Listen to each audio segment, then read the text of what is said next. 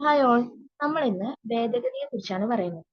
സിലബസിൽ കോൺസ്റ്റിറ്റ്യൂഷന്റെ ഭാഗത്ത് വരുന്ന ഒരു ടോപ്പിക്കാണ് പ്രധാന ഭേദഗതി. എന്നിട്ട് കൊടുത്തിട്ടില്ലേ കുറച്ച് ഭേദഗതികള് 42, 44, പിന്നെ ഏതാ 52, 73, 74, 86, 91. ഇത്രയും ഭേദഗതികളെ കുറിച്ചാണ് സിലബസിൽ കൊടുത്തിട്ടുള്ളത്. ഈ കറന്റ് അഫയേഴ്സുമായിട്ട് റിലേറ്റ് ചെയ്തിട്ട് കുറച്ച് ഭേദഗതികൾ, ഉദാഹരണത്തിന് നാരിശക്തി വന്ദന അധിനിയം, അതുപോലെ GST ബില്ല് വന്നത്, ഇതൊക്കെയല്ലേ. പിന്നെ സ്വാതന്ത്ര്യത്തിന് ശേഷം, അതായത് ഭരണഘടന നിലവിൽ വന്നതിന് ശേഷം കുറച്ച് ഭേദഗതികൾ ഉണ്ട്, കുറച്ച് ഇമ്പോർട്ടന്റ് ആയിട്ടുള്ള. അതും കൂടെ പറഞ്ഞാൽ ക്ലാസ് കംപ്ലീറ്റ് ആവും.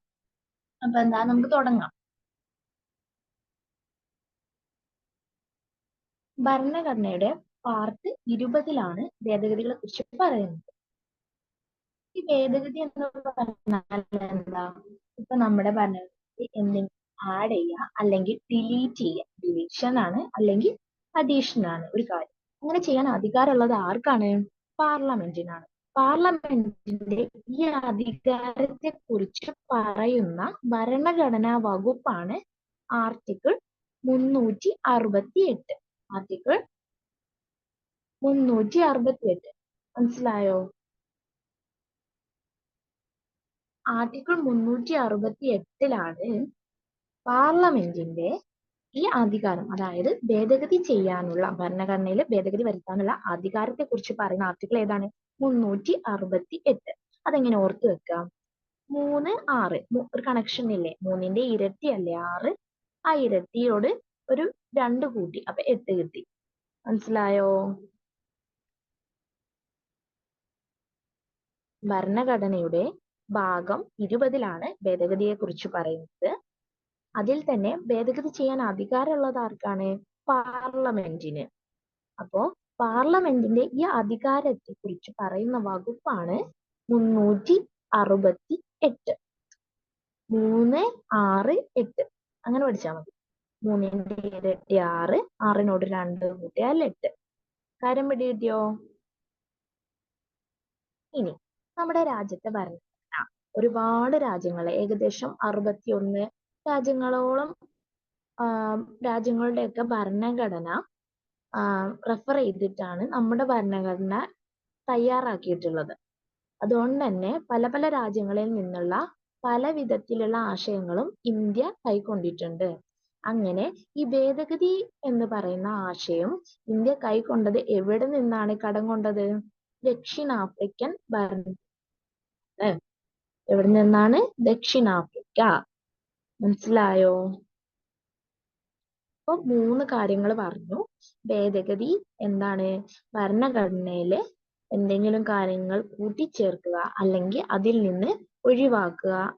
അതിപ്പോ പുതിയ സംസ്ഥാനം ഇപ്പൊ രൂപീകരിക്കണേ, അതിന് അനുസരിച്ചിട്ട് വകുപ്പ് ഒക്കെ ഉണ്ടാക്കണമല്ലോ. അതാണ് ഭേദഗതി എന്ന് പറഞ്ഞാൽ. സിമ്പിൾ ആയിട്ട് പറയുകയാണെങ്കിൽ മനസ്സിലാകാൻ വേണ്ടി പറഞ്ഞതാട്ടോ. ഇനി ഏത് ഭാഗത്താണ് ഭരണഘടനയുടെ ഏത് ഭാഗത്താണ് ഭേദഗതിയെ കുറിച്ച് പറയുന്നത്? ഭാഗം 20. ഇനി ഭേദഗതി ചെയ്യാൻ അധികാരമുള്ളത് ആർക്കാണ്? പാർലമെന്റിന്. പാർലമെന്റിന്റെ ഈ അധികാരത്തെ കുറിച്ച് പറയുന്ന വകുപ്പ് ഏതാണ്? 368. ആർട്ടിക്കിൾ 368. 3, 6, 8 കണക്ഷൻ പറഞ്ഞല്ലോ. ഇനി ഭേദഗതി എന്ന ആശയം ഇന്ത്യ കടം കൊണ്ടത് എവിടെ നിന്നാണ്? ഏത് രാജ്യത്തിന്റെ ഭരണഘടനയിൽ നിന്നാണ്? ദക്ഷിണാഫ്രിക്കയുടെ. ദക്ഷിണാഫ്രിക്കൻ ഭരണഘടനയിൽ നിന്നാണ് ഭേദഗതി എന്ന ആശയം ഇന്ത്യ കടം കൊണ്ടത്, കടമെടുത്തത്. മനസ്സിലായോ? ഇനി ഒരു ഭേദഗതി നടത്താൻ വേണ്ടിയിട്ട് 3 തരത്തില് ഭേദഗതി നമുക്ക് നടത്താം. അതായത് ഒരു പാർലമെന്റില് അവിടെയുള്ള അംഗങ്ങളുടെ സിമ്പിൾ മെജോറിറ്റി ഉപയോഗിച്ചിട്ട്, കേവല ഭൂരിപക്ഷം ഉപയോഗിച്ചിട്ട്. എന്താണ് സിമ്പിൾ മെജോറിറ്റി എന്ന് പറഞ്ഞാൽ? അവിടെയുള്ള ആളുകൾ കേവല ഭൂരിപക്ഷം, അതാണ് സിമ്പിൾ മെജോറിറ്റി. അതായത് പുതിയ സംസ്ഥാനങ്ങളൊക്കെ രൂപീകരണം നമുക്ക് സിമ്പിൾ മെജോറിറ്റി അംഗീകാരം മതി, ഭേദഗതി നടത്താം. ഇനിയോ രണ്ടാമത്തെ 3ൽ 2 ഭാഗം ഭൂരിപക്ഷം വേണം, അതാണ് സ്പെഷ്യൽ മെജോറിറ്റി എന്ന് പറയുന്നത്. ഇനി മൂന്നാമത്തേത് ഏതാണ്? സിമ്പിൾ മജോറിറ്റിയും വേണം. അതുപോലെ പകുതിയിലധികം സംസ്ഥാനങ്ങളുടെ പിന്തുണ അല്ലെങ്കിൽ അംഗീകാരവും വേണം. എന്നാലേ ആ ഭേദഗതി പാസ്സാകുള്ളൂ. മെയിനായിട്ട് സംസ്ഥാനങ്ങളുമായി ബന്ധപ്പെട്ട വിഷയങ്ങളിൽ ഭേദഗതി നടത്തുമ്പോൾ ഈ തരത്തിലാണ് ഭേദഗതി അംഗീകാരം നേടുന്നത്. മനസ്സിലായോ? ഇനി അടുത്തതിലേക്ക് പോവാം.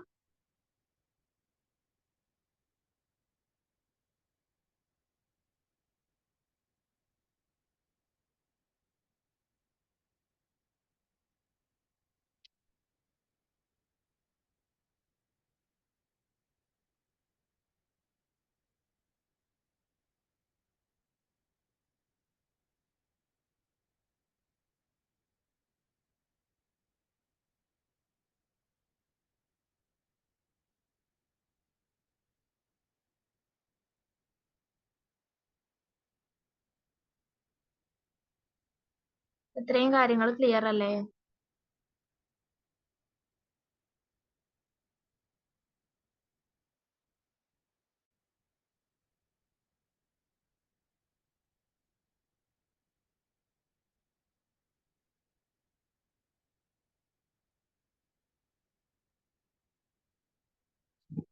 ഒരു minute.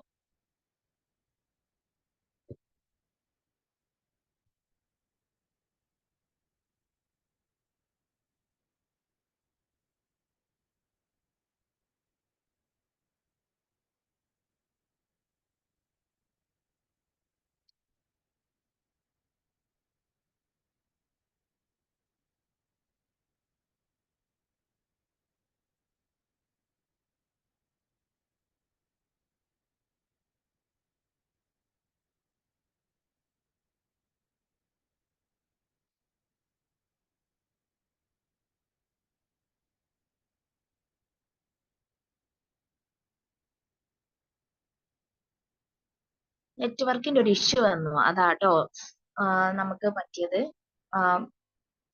സാരല്ല, നമ്മളിപ്പോ ഇവിടെ പറഞ്ഞത് ഭാഗം 20-ലാണ് ഭേദഗതിയെ കുറിച്ച് പറയുന്നത്. ആർട്ടിക്കിൾ 368-ലാണ് ഭേദഗതി ചെയ്യാനുള്ള പാർലമെന്റിന്റെ അധികാരത്തെ കുറിച്ച് പറയുന്നത്.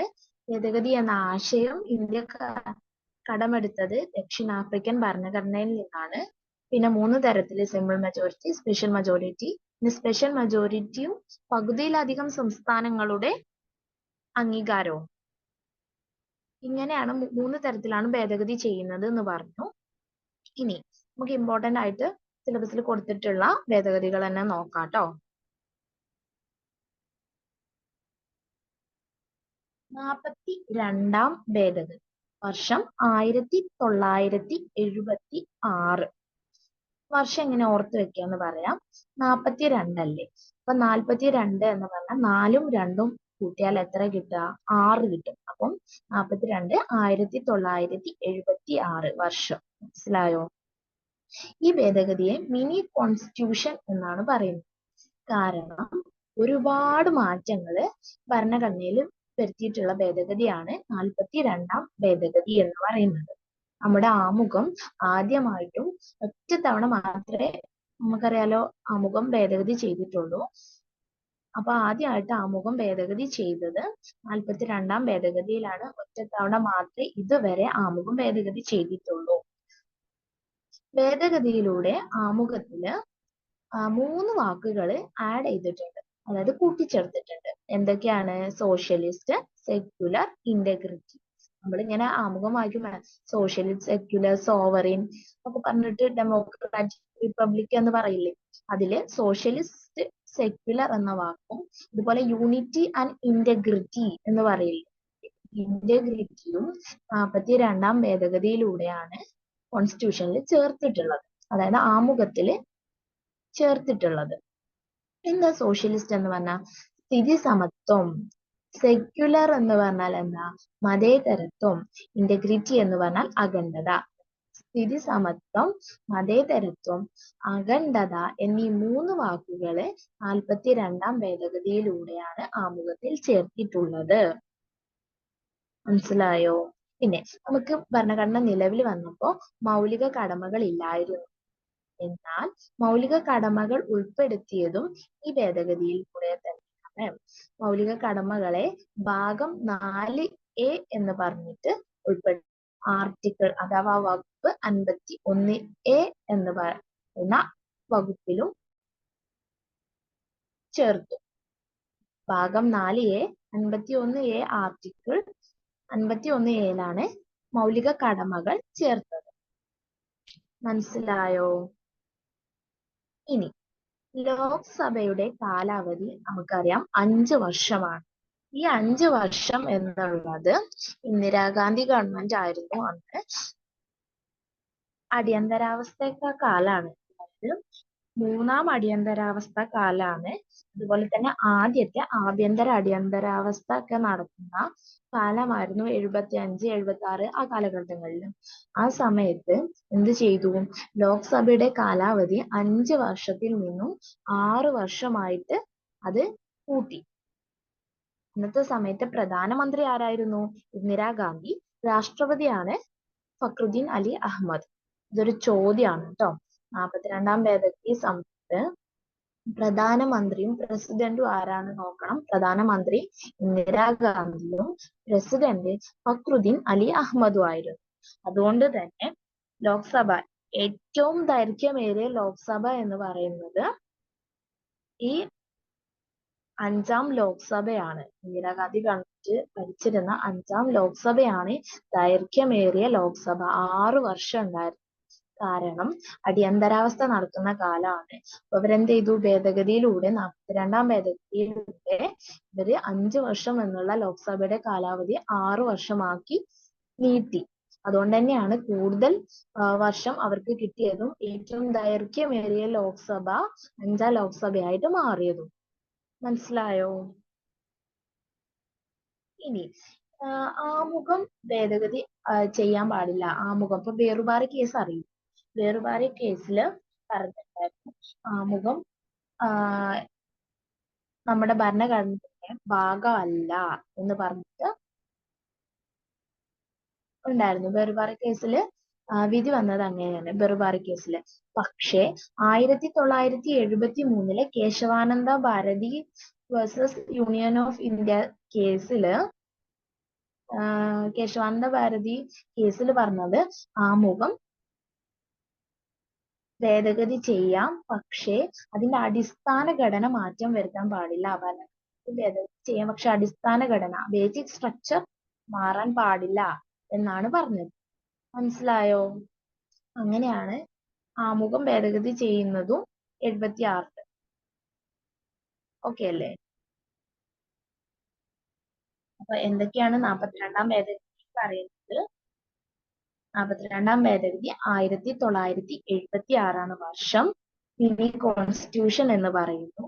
ആമുഖം ഭേദഗതി ചെയ്തു ആദ്യമായിട്ട് ഒറ്റ തവണയെ ചെയ്തിട്ടുള്ളൂ. അത് ഈ 42ാം ഭേദഗതിയിലാണ്. സോഷ്യലിസ്റ്റ്, സെക്യുലർ, ഇന്റഗ്രിറ്റി എന്നീ 3 വാക്കുകൾ ആമുഖത്തിൽ ചേർത്തു. അതായത് സ്ഥിതി സമത്വം, മതേതരത്വം, അഖണ്ഡത. പിന്നെ മൗലിക കടമകൾ ഇല്ലായിരുന്നു അതുവരെ. എന്നാൽ 42ാം ഭേദഗതിയിലൂടെ മൗലിക കടമകളും ഉൾപ്പെടുത്തി. ഭാഗം 4A ആർട്ടിക്കിൾ 51A. മനസ്സിലായോ? പിന്നീട് അടിയന്തരാവസ്ഥ കാലാണ്. ആദ്യത്തെ അടിയന്തരാവസ്ഥയും 3ാമത്തെ അടിയന്തരാവസ്ഥയാണ്. പക്ഷെ ആദ്യത്തെ ആഭ്യന്തര അടിയന്തരാവസ്ഥയായിരുന്നു. ആ കാലത്ത് ഇന്ദിരാഗാന്ധി ആയിരുന്നു പ്രധാനമന്ത്രി. അവരെന്ത് ചെയ്തു? ലോക്സഭയുടെ കാലാവധി 5 വർഷം എന്നുള്ളത് 6 വർഷമാക്കി മാറ്റി. അങ്ങനെ ഏറ്റവും ദൈർഘ്യമേറിയ ലോക്സഭ 5ാം ലോക്സഭയായി മാറുകയാണ് ചെയ്തത്. ഓക്കെ അല്ലേ? ഇനി നമുക്ക് പറഞ്ഞിട്ടുള്ള അടുത്ത ഭേദഗതി ഏതാണ്? 44ാം ഭേദഗതി. ഒരു ക്വസ്റ്റ്യൻ ഉണ്ട്. ഞാൻ ആദ്യം ക്വസ്റ്റ്യൻ പറയാം. സ്വത്തവകാശം മൗലികാവകാശങ്ങളിൽ നിന്നും നീക്കം ചെയ്ത ഭേദഗതി ഏത് എന്ന് പറഞ്ഞിട്ട് ഒരു ക്വസ്റ്റ്യൻ ഉണ്ടായിരുന്നു. PYQ ആണ്. എന്നിട്ട് ഓപ്ഷൻ കൊടുത്തിട്ടുള്ളത് 44, 42, 52, 54. അതായത് ഏതാണ് 44ാം ഭരണഘടനാ ഭേദഗതി? വർഷം 1978. 1978. നമ്മൾ 42-ന് എങ്ങനെയാ പറഞ്ഞേ? 4ഉം 2ഉം കൂട്ടിയാണ് 6 കിട്ടുന്നത്. ഇവിടെയോ 4ഉം 4ഉം കൂട്ടിയാൽ 8 കിട്ടും. 1978. സ്വത്തവകാശം മൗലികാവകാശങ്ങളിൽ നിന്ന് നീക്കം ചെയ്ത ഭേദഗതിയാണ് 44-ാം ഭേദഗതി. ഇനി എന്നിട്ട് എന്ത് ചെയ്തു? അതിനെ ആർട്ടിക്കിൾ 300A കൊണ്ടിട്ടു. ആർട്ടിക്കിൾ 300A എന്ന് പറഞ്ഞിട്ടൊരു വകുപ്പ് ഉണ്ടാക്കി. ആ വകുപ്പിൽ സ്വത്തവകാശം കൊണ്ടുവച്ചു എന്ന് പറഞ്ഞത് മനസ്സിലാവാൻ വേണ്ടിയിട്ടാണ് കേട്ടോ. 300A ആർട്ടിക്കിൾ 300A ഇപ്പോ സ്വത്തവകാശം എന്ന കാര്യമുള്ളത്. ഇന്ന് സ്വത്തവകാശം ഒരു നിയമാവകാശം മാത്രമാണ്. മനസ്സിലായോ? പിന്നെ നമ്മൾ പറഞ്ഞു 42-ാം ഭേദഗതിയിൽ ലോക്സഭയുടെ കാലാവധി 5 വർഷത്തിൽ നിന്നും 6 വർഷമാക്കി മാറ്റിയിരുന്നു. അതിനെ 6 വർഷത്തിൽ നിന്നും തിരിച്ച് 5 വർഷം തന്നെ ആക്കിയതും 44-ാം ഭേദഗതിയിൽ തന്നെയാണ്. ആ സമയത്ത് ആദ്യമായിട്ട് കോൺഗ്രസ് അല്ലാത്ത മറ്റൊരു ഗവൺമെന്റ് വന്നു. അതിലെ അവരുടെ പ്രധാനമന്ത്രിയായിരുന്നു മൊറാർജി ദേശായി. രാഷ്ട്രപതി നീലം സഞ്ജീവ റെഡ്ഡി. ചോദ്യം ചോദിച്ചിട്ടുണ്ട്. 44-ാം ഭേദഗതി നടത്തിയ സമയത്ത് രാഷ്ട്രപതി ആരാണ്? എന്നിട്ട് ഓപ്ഷൻ കൊടുക്കും. ഫക്രുദ്ദീൻ അലി അഹമ്മദ്, നീലം സഞ്ജീവ റെഡ്ഡി, പിന്നെ ആരൊക്കെ രാഷ്ട്രപതി? രാജേന്ദ്ര പ്രസാദ്. ഇങ്ങനെ ഒരുപാട് പേരെ കൊടുത്തിട്ട് 4 പേരെ കൊടുത്തിട്ട് ചോദിക്കുകയാണെങ്കിൽ പറയണം 44-ാം ഭേദഗതി സമയത്ത് പ്രസിഡന്റ് എന്ന് പറയുന്നത് നീലം സഞ്ജീവ റെഡ്ഡിയാണ്. ഓക്കെ അല്ലേ? പിന്നെ ആഭ്യന്തര അസ്വസ്ഥത, 3 തരത്തിൽ അടിയന്തരാവസ്ഥ ഉണ്ട് നമുക്കറിയാം. അതിൽ ആഭ്യന്തര അസ്വസ്ഥത എന്നായിരുന്നു. പക്ഷേ ഈ ആഭ്യന്തര അസ്വസ്ഥത എന്നുള്ളത് പിന്നീട് ദുരുപയോഗം ചെയ്യും എന്നുള്ള ഒരു കാരണത്താല് അതിനെ സായുധ കലാപം എന്നാക്കി മാറ്റിയതും 44-ാം ഭേദഗതി പ്രകാരമാണ്. മനസ്സിലായോ? എന്തൊക്കെ കാര്യങ്ങൾ നമ്മൾ പറഞ്ഞു? സ്വത്തവകാശം മൗലികാവകാശങ്ങളിൽ നിന്ന് നീക്കം ചെയ്തു 44-ാം ഭേദഗതി പ്രകാരം. എന്നിട്ട് ആർട്ടിക്കിൾ 300A സ്വത്തവകാശത്തെ ഒരു നിയമാവകാശമായിട്ട് രേഖപ്പെടുത്തി. പിന്നീടോ 42-ാം ഭേദഗതിയിൽ ലോക്സഭയുടെ കാലാവധി 6 വർഷമാക്കിയിരുന്നു. 5-ൽ നിന്ന് 6 വർഷമാക്കി. അത് തിരിച്ച് 6-ൽ നിന്ന് 5 വർഷമാക്കി. പ്രധാനമന്ത്രി മൊറാർജി ദേശായിയും പ്രസിഡന്റ് അഥവാ രാഷ്ട്രപതി നീലം സഞ്ജീവ റെഡ്ഡിയും ആയിരുന്നു. പിന്നെ ആഭ്യന്തര അസ്വസ്ഥത എന്നത് സായുധ കലാപം എന്നാക്കി മാറ്റി. മനസ്സിലായല്ലോ? ഇനി അടുത്ത ഭേദഗതിയിലേക്ക് നമുക്ക് പോവാം.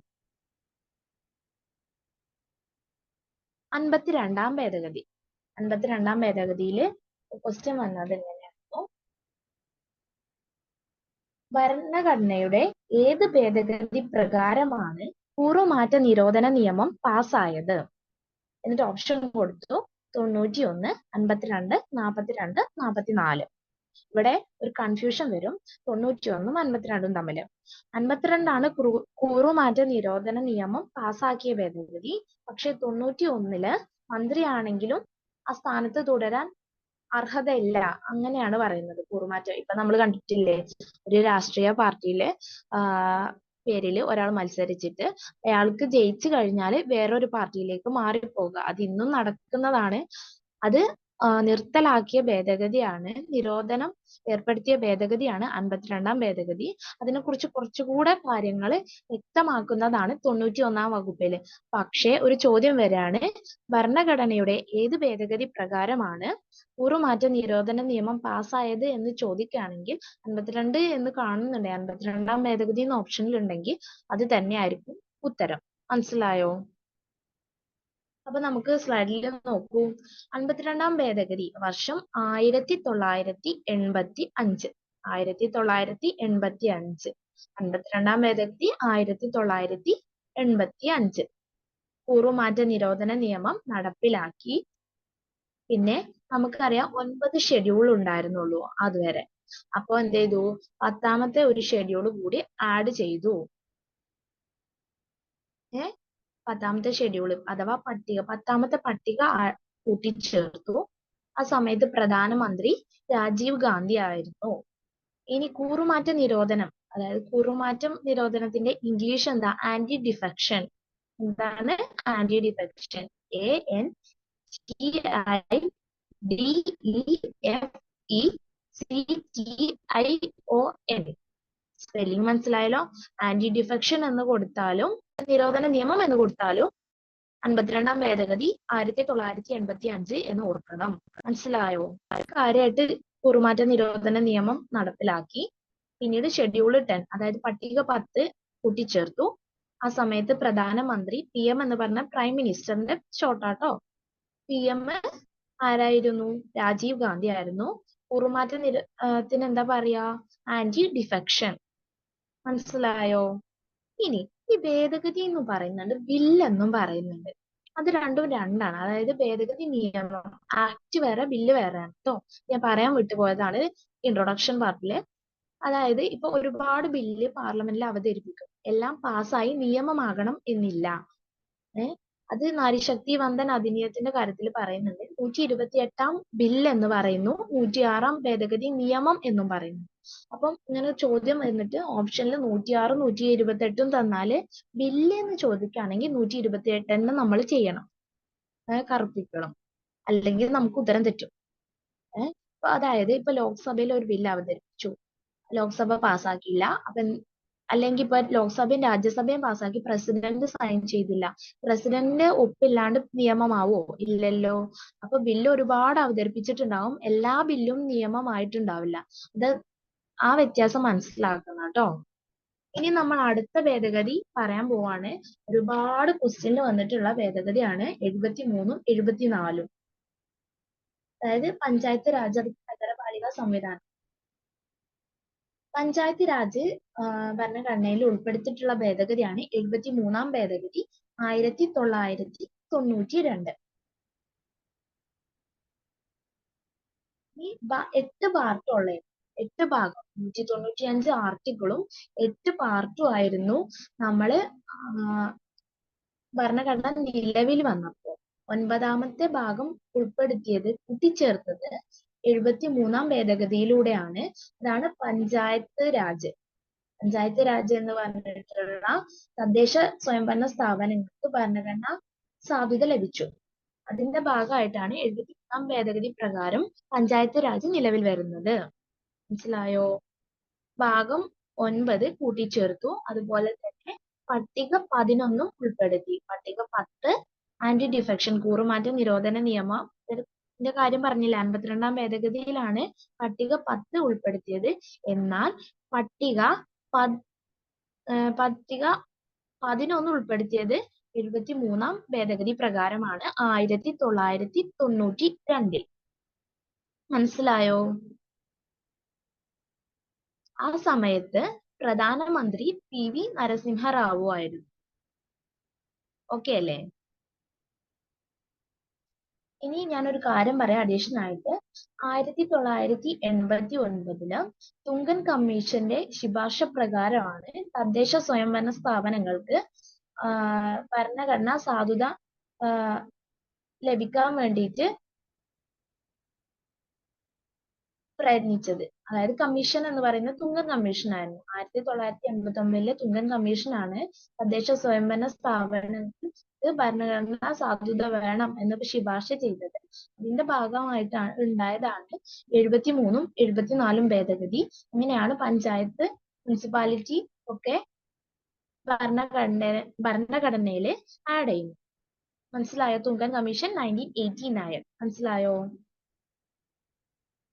ഒന്നുകൂടെ പറയാം. 73-ാം ഭരണഘടനാ ഭേദഗതി നിയമം 1992 പാസ്സായത്. പഞ്ചായത്ത് രാജ് ഉൾപ്പെടുത്തി. തുങ്കൻ കമ്മീഷൻ 1989 തദ്ദേശ സ്വയംഭരണ സ്ഥാപനങ്ങൾക്ക് ഭരണഘടനാ സാധുത ശുപാർശ ചെയ്തു.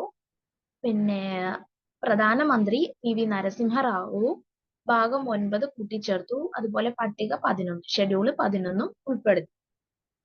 അടുത്തതിലേക്ക് പോവാം. അടുത്തതാണ് 74-ാം ഭരണഘടനാ ഭേദഗതി. അതേ വർഷം തന്നെ 73-ഉം 74-ഉം ഒരേ വർഷമാണ്. 1992 നഗരപാലികാ സംവിധാനം. രാജ്യത്ത് ഒരേ തരത്തിലുള്ള നഗരപാലികാ സംവിധാനങ്ങൾ നടപ്പിൽ വരുത്തിയ ഭരണഘടനാ ഭേദഗതിയാണ് 74-ാം ഭരണഘടനാ ഭേദഗതി 1992. ഷെഡ്യൂള് അഥവാ പട്ടിക 12-ഉം ഭാഗം 9A-യും ഉൾപ്പെടുത്തിയത് ഈ ഭേദഗതി പ്രകാരമാണ്. മറ്റോടത്ത് അവിടെ മറ്റേ ഇതിലേതാ പറഞ്ഞത്? 73-ാം ഭേദഗതിയിൽ എന്താ പറഞ്ഞത്?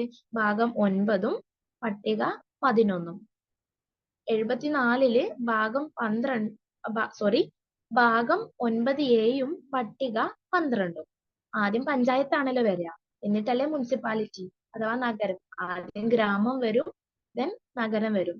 ഗ്രാമപഞ്ചായത്ത് 73 ആദ്യം, അതില് ഭാഗം 9, പട്ടിക 11. അതിനുശേഷമാണ് പഞ്ചായത്തിന് ശേഷമാണ് എന്ത് വരിക? നഗരം വരിക, അഥവാ മുനിസിപ്പാലിറ്റി. അപ്പൊ എന്ത് വരും? ഭാഗം 9A, ഒരു പടി മുന്നില്. എ. പട്ടികയോ ഷെഡ്യൂളോ 11 ആയിരുന്നല്ലോ നേരത്തെ പറഞ്ഞത്. അപ്പൊ 11-ന് ശേഷം ഒന്ന് കൂട്ടിയാ 12. 74 ഒന്ന് കൂട്ടിയില്ലേ? കാര്യങ്ങൾ മനസ്സിലായില്ലേ? അതിവിടെ കൊടുത്തിട്ടുണ്ട്. 1989-ലെ തുങ്കൻ കമ്മീഷൻ ശുപാർശ പ്രകാരം തദ്ദേശ സ്വയംഭരണ സ്ഥാപനങ്ങൾക്ക് ഭരണഘടനാ സാധുത ലഭിച്ച ഭേദഗതികൾ ഏതൊക്കെയാണെന്ന് ചോദിച്ചാൽ ഏതാ പറയാ? 73-ഉം 74-ഉം. ഓക്കെ അല്ലേ?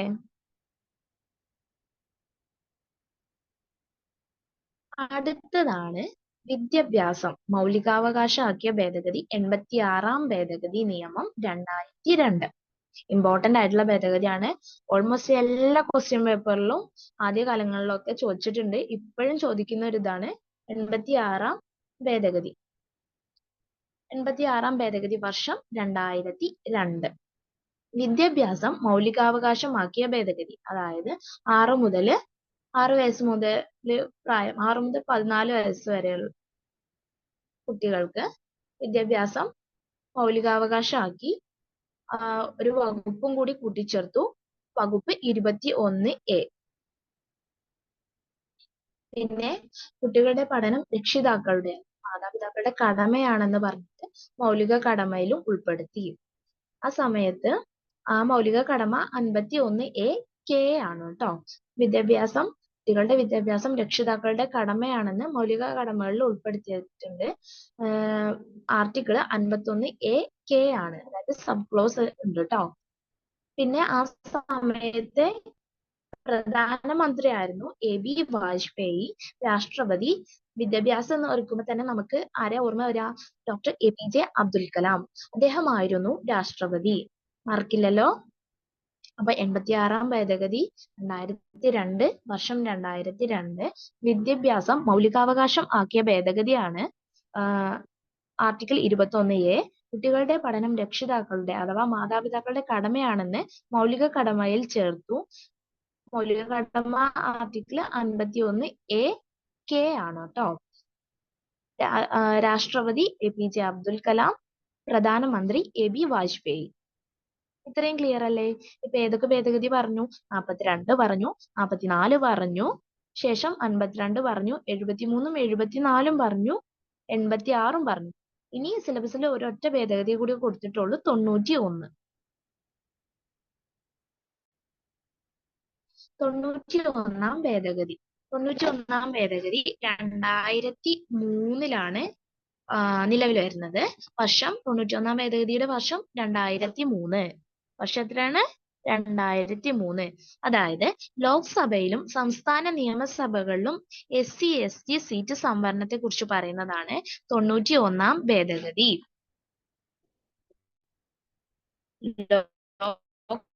ലോക്സഭയിലും അതുപോലെ തന്നെ സംസ്ഥാന നിയമസഭകൾ പട്ടികജാതി പട്ടികവർഗ വിഭാഗങ്ങൾക്ക് സീറ്റ് സംവരണം, അതാണ് 91-ാം ഭരണഘടനാ ഭേദഗതി.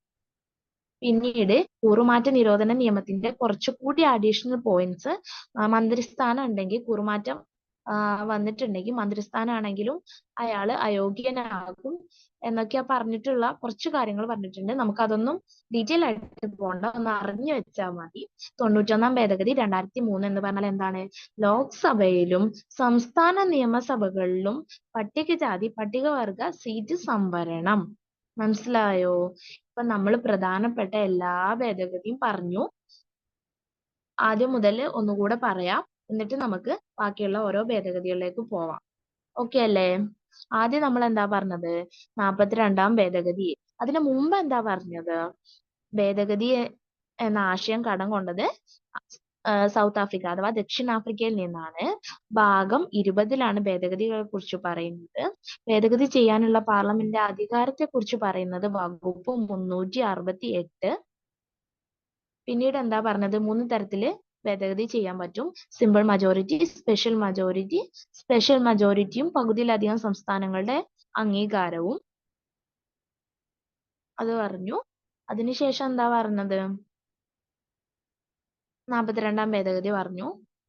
42-ാം ഭേദഗതി തന്നെ എന്താ പറഞ്ഞേ, വർഷം 1976, 4-2-6, 1976 ആമുഖം ഭേദഗതി ചെയ്തു. Mini constitution. ആമുഖത്തിൽ ഏതൊക്കെ വാക്കുകളാണ് ഉൾപ്പെടുത്തിയത്? സ്ഥിതി സമത്വം, മതേതരത്വം, അഖണ്ഡത. Socialist, secular and integrity. ഈ 3 വാക്കുകളും ചേർത്തു.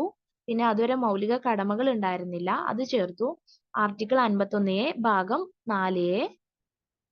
ആ സമയത്ത് ആരായിരുന്നു പ്രധാനമന്ത്രി? ഇന്ദിരാഗാന്ധി. പ്രസിഡന്റ് ഫക്രുദ്ദീൻ അലി അഹമ്മദ് ആയിരുന്നു.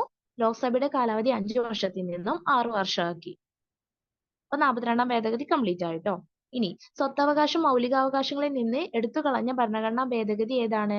44-ാം ഭരണഘടനാ ഭേദഗതി, വർഷം 1978. നിയമാവകാശമാക്കി. എന്നിട്ട് ഏത് വകുപ്പിലാണ് വകുപ്പിലേക്കാണ് മാറ്റിയത്? വകുപ്പ് 300A. ആ സമയത്തെ പ്രധാനമന്ത്രിയായിരുന്നു മൊറാർജി ദേശായി. രാഷ്ട്രപതി നീലം സഞ്ജീവ റെഡ്ഡി. 6 വർഷ കാലാവധിയിൽ നിന്നും ലോക്സഭ കാലാവധി 5 വർഷം തന്നെ ആക്കി. ഇനി 52-ാം ഭേദഗതി, കുറുമാറ്റ നിരോധന നിയമം നടപ്പിലാക്കി. പിന്നെ എന്താ വന്നത്, അഡീഷണൽ ആയിട്ട് എന്താ പറഞ്ഞത്? കുറുമാറ്റ നിരോധന നിയമം നടപ്പിലാക്കി. ഷെഡ്യൂള് 10 കൂട്ടിച്ചേർത്തു, അത് പറഞ്ഞില്ലേ. പിന്നെ കൂറുമാറ്റ നിരോധനത്തിന് എന്താ പറയാ? Anti defection. അടുത്തതേ പറഞ്ഞ ഭേദഗതി ഏതായിരുന്നു? 73-ഉം 74-ഉം. ഇത് കണക്ട് ചെയ്ത് പഠിപ്പിച്ചാൽ മതിയെ. 73 ഗ്രാമപഞ്ചായത്ത്, പഞ്ചായത്ത് രാജ്. ഇതിൽ നിന്ന് ഒന്ന് കൂടുതലായിട്ടുള്ളതാണ് മുനിസിപ്പാലിറ്റി അഥവാ നഗരപാലിക സംവിധാനം. 74 ഒരേ വർഷമാണ്, 1992.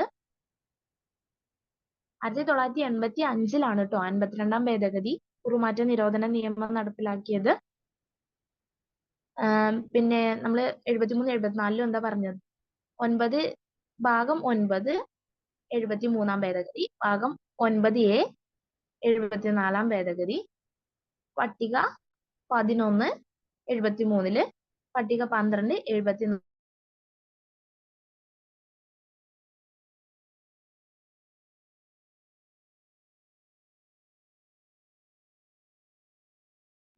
വിദ്യാഭ്യാസം കൂടി കൂട്ടിച്ചേർത്തു. Article 21A. പിന്നെ മൗലിക കടമകളിൽ കുട്ടികളുടെ വിദ്യാഭ്യാസം രക്ഷിതാക്കളുടെ കടമയാണെന്ന് പറഞ്ഞു. Article 51A(K). പിന്നെന്താ പറഞ്ഞത്?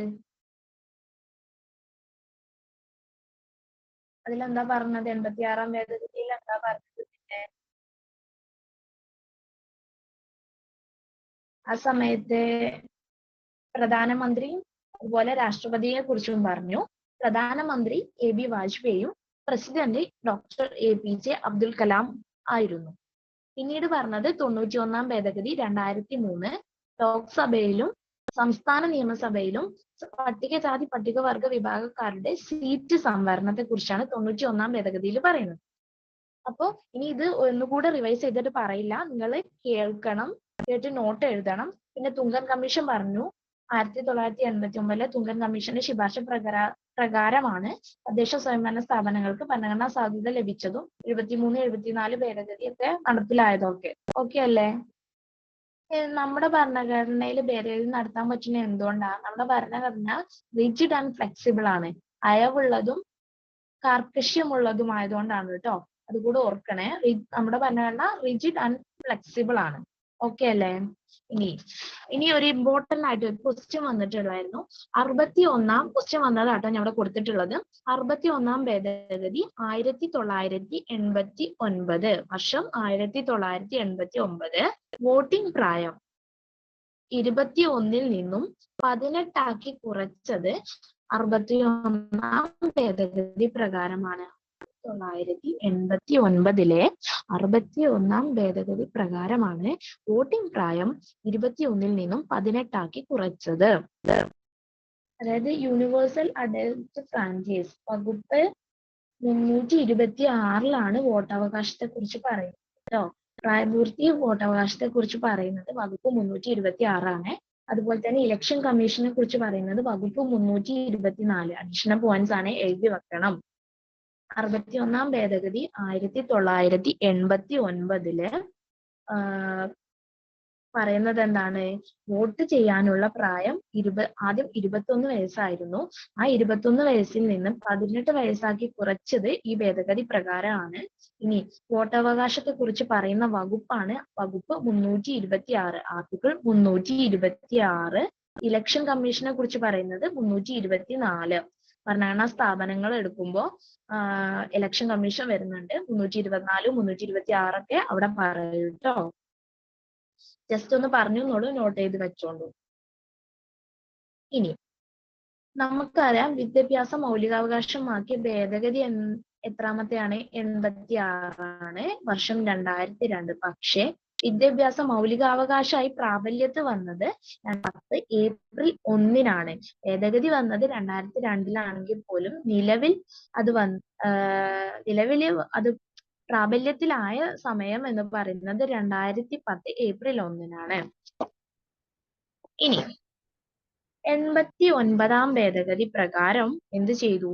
നാഷണൽ SC/ST കമ്മീഷൻ എന്ന് പറയുന്നത് ഒരൊറ്റ കമ്മീഷൻ ആയിട്ടായിരുന്നു.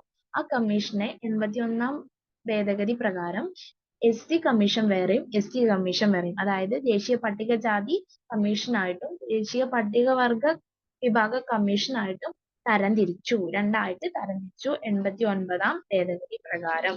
89 ഭേദഗതി വർഷം എത്രയാണ്? 2003. വർഷം 2003.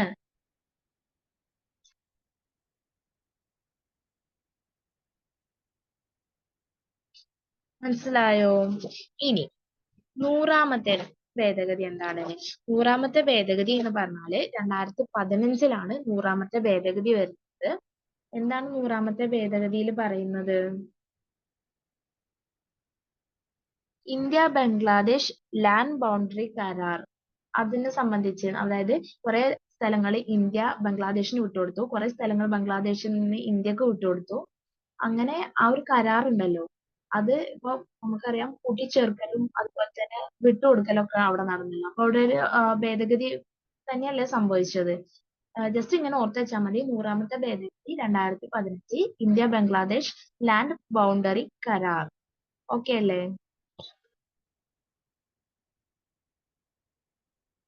ഇനി 101ാമത്തെ ഭേദഗതി ഒരു ഇമ്പോർട്ടന്റ് ആയിട്ടുള്ള കറണ്ട് അഫയേഴ്സ്. ഇനി മുതൽ അങ്ങോട്ട് കറണ്ട് അഫയേഴ്സിന്റെ ഭാഗമാണ് കേട്ടോ.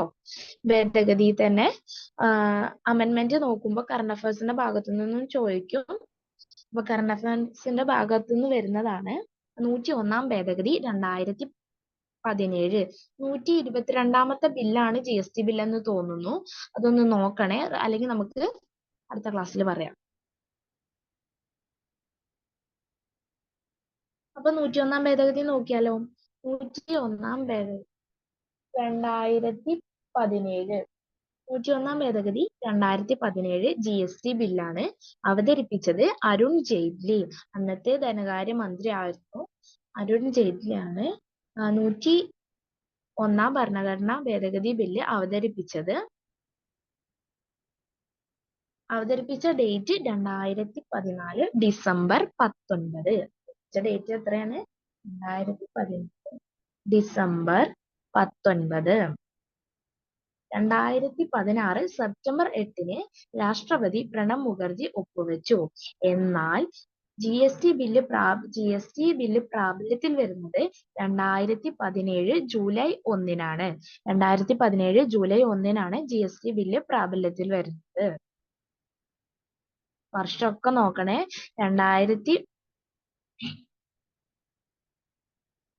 2014 December 19 Arun Jaitley GST bill അവതരിപ്പിച്ചു. 2016 September 8 president Pranab Mukherjee sign ചെയ്തു. പക്ഷേ പ്രാബല്യത്തിൽ വരുന്നത് 2017 ജൂലൈ 1. നിങ്ങൾ ഇങ്ങനെ പഠിച്ചാൽ മതി. 101 ഭേദഗതി നിയമം 2017 GST goods and services tax bill 122 എൻ്റെ ഓർമ്മ. നോക്കിയിട്ട് പറയാം. അവതരിപ്പിച്ചത് അരുൺ ജെയ്റ്റ്ലി. 2016 സെപ്റ്റംബർ 8 പാർലമെന്റ് പാസ്സാക്കിയിട്ടുണ്ട്. അതായത് രാഷ്ട്രപതി പ്രണബ് മുഖർജി ഒപ്പുവെച്ചു.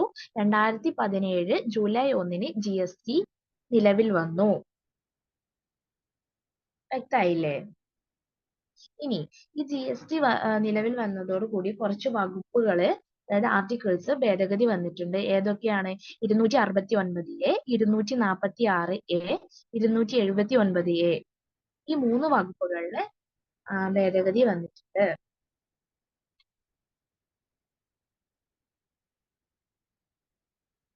269A എന്ന് പറഞ്ഞാല് സംയോജിത ചരക്ക് സേവന നികുതിയിൽ നിന്നുള്ള വരുമാനത്തെ കുറിച്ച് പറയുന്നതാണ്.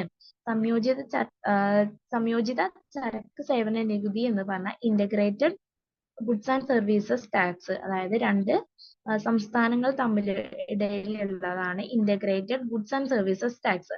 അതിൽ നിന്നുള്ള വരുമാനത്തെ കുറിച്ചിട്ടൊക്കെ പറയുന്നതാണ് 269A. ഇനി 246A എന്ന് പറഞ്ഞിട്ട് പാർലമെന്റിലും സ്റ്റേറ്റിനും GST സംബന്ധിച്ച് നിയമനിർമ്മാണത്തിന് അധികാരമുണ്ട്. അതായത് CGST ഉണ്ട്, central goods and services tax ഉണ്ട്, SGST സ്റ്റേറ്റിന് ഗുഡ്സ് ആൻഡ് സർവീസസ് ടാക്സ് ഉണ്ട്. അതിന് അവർക്ക് നിയമം നിർമ്മിക്കാൻ അധികാരമുണ്ടെന്ന് പറയുന്ന വകുപ്പാണ് 246A. ഇനി 279A എന്ന് പറയുന്ന വകുപ്പിൽ എന്താ പറയുന്നത്? GST കൗൺസിൽ രൂപീകരിക്കാൻ രാഷ്ട്രപതിക്ക് അധികാരമുണ്ട് എന്ന് വ്യക്തമാക്കുന്ന വകുപ്പാണ് 279A. അങ്ങനെ GST കൗൺസിൽ നിലവിൽ വന്നത് എന്നാണ്?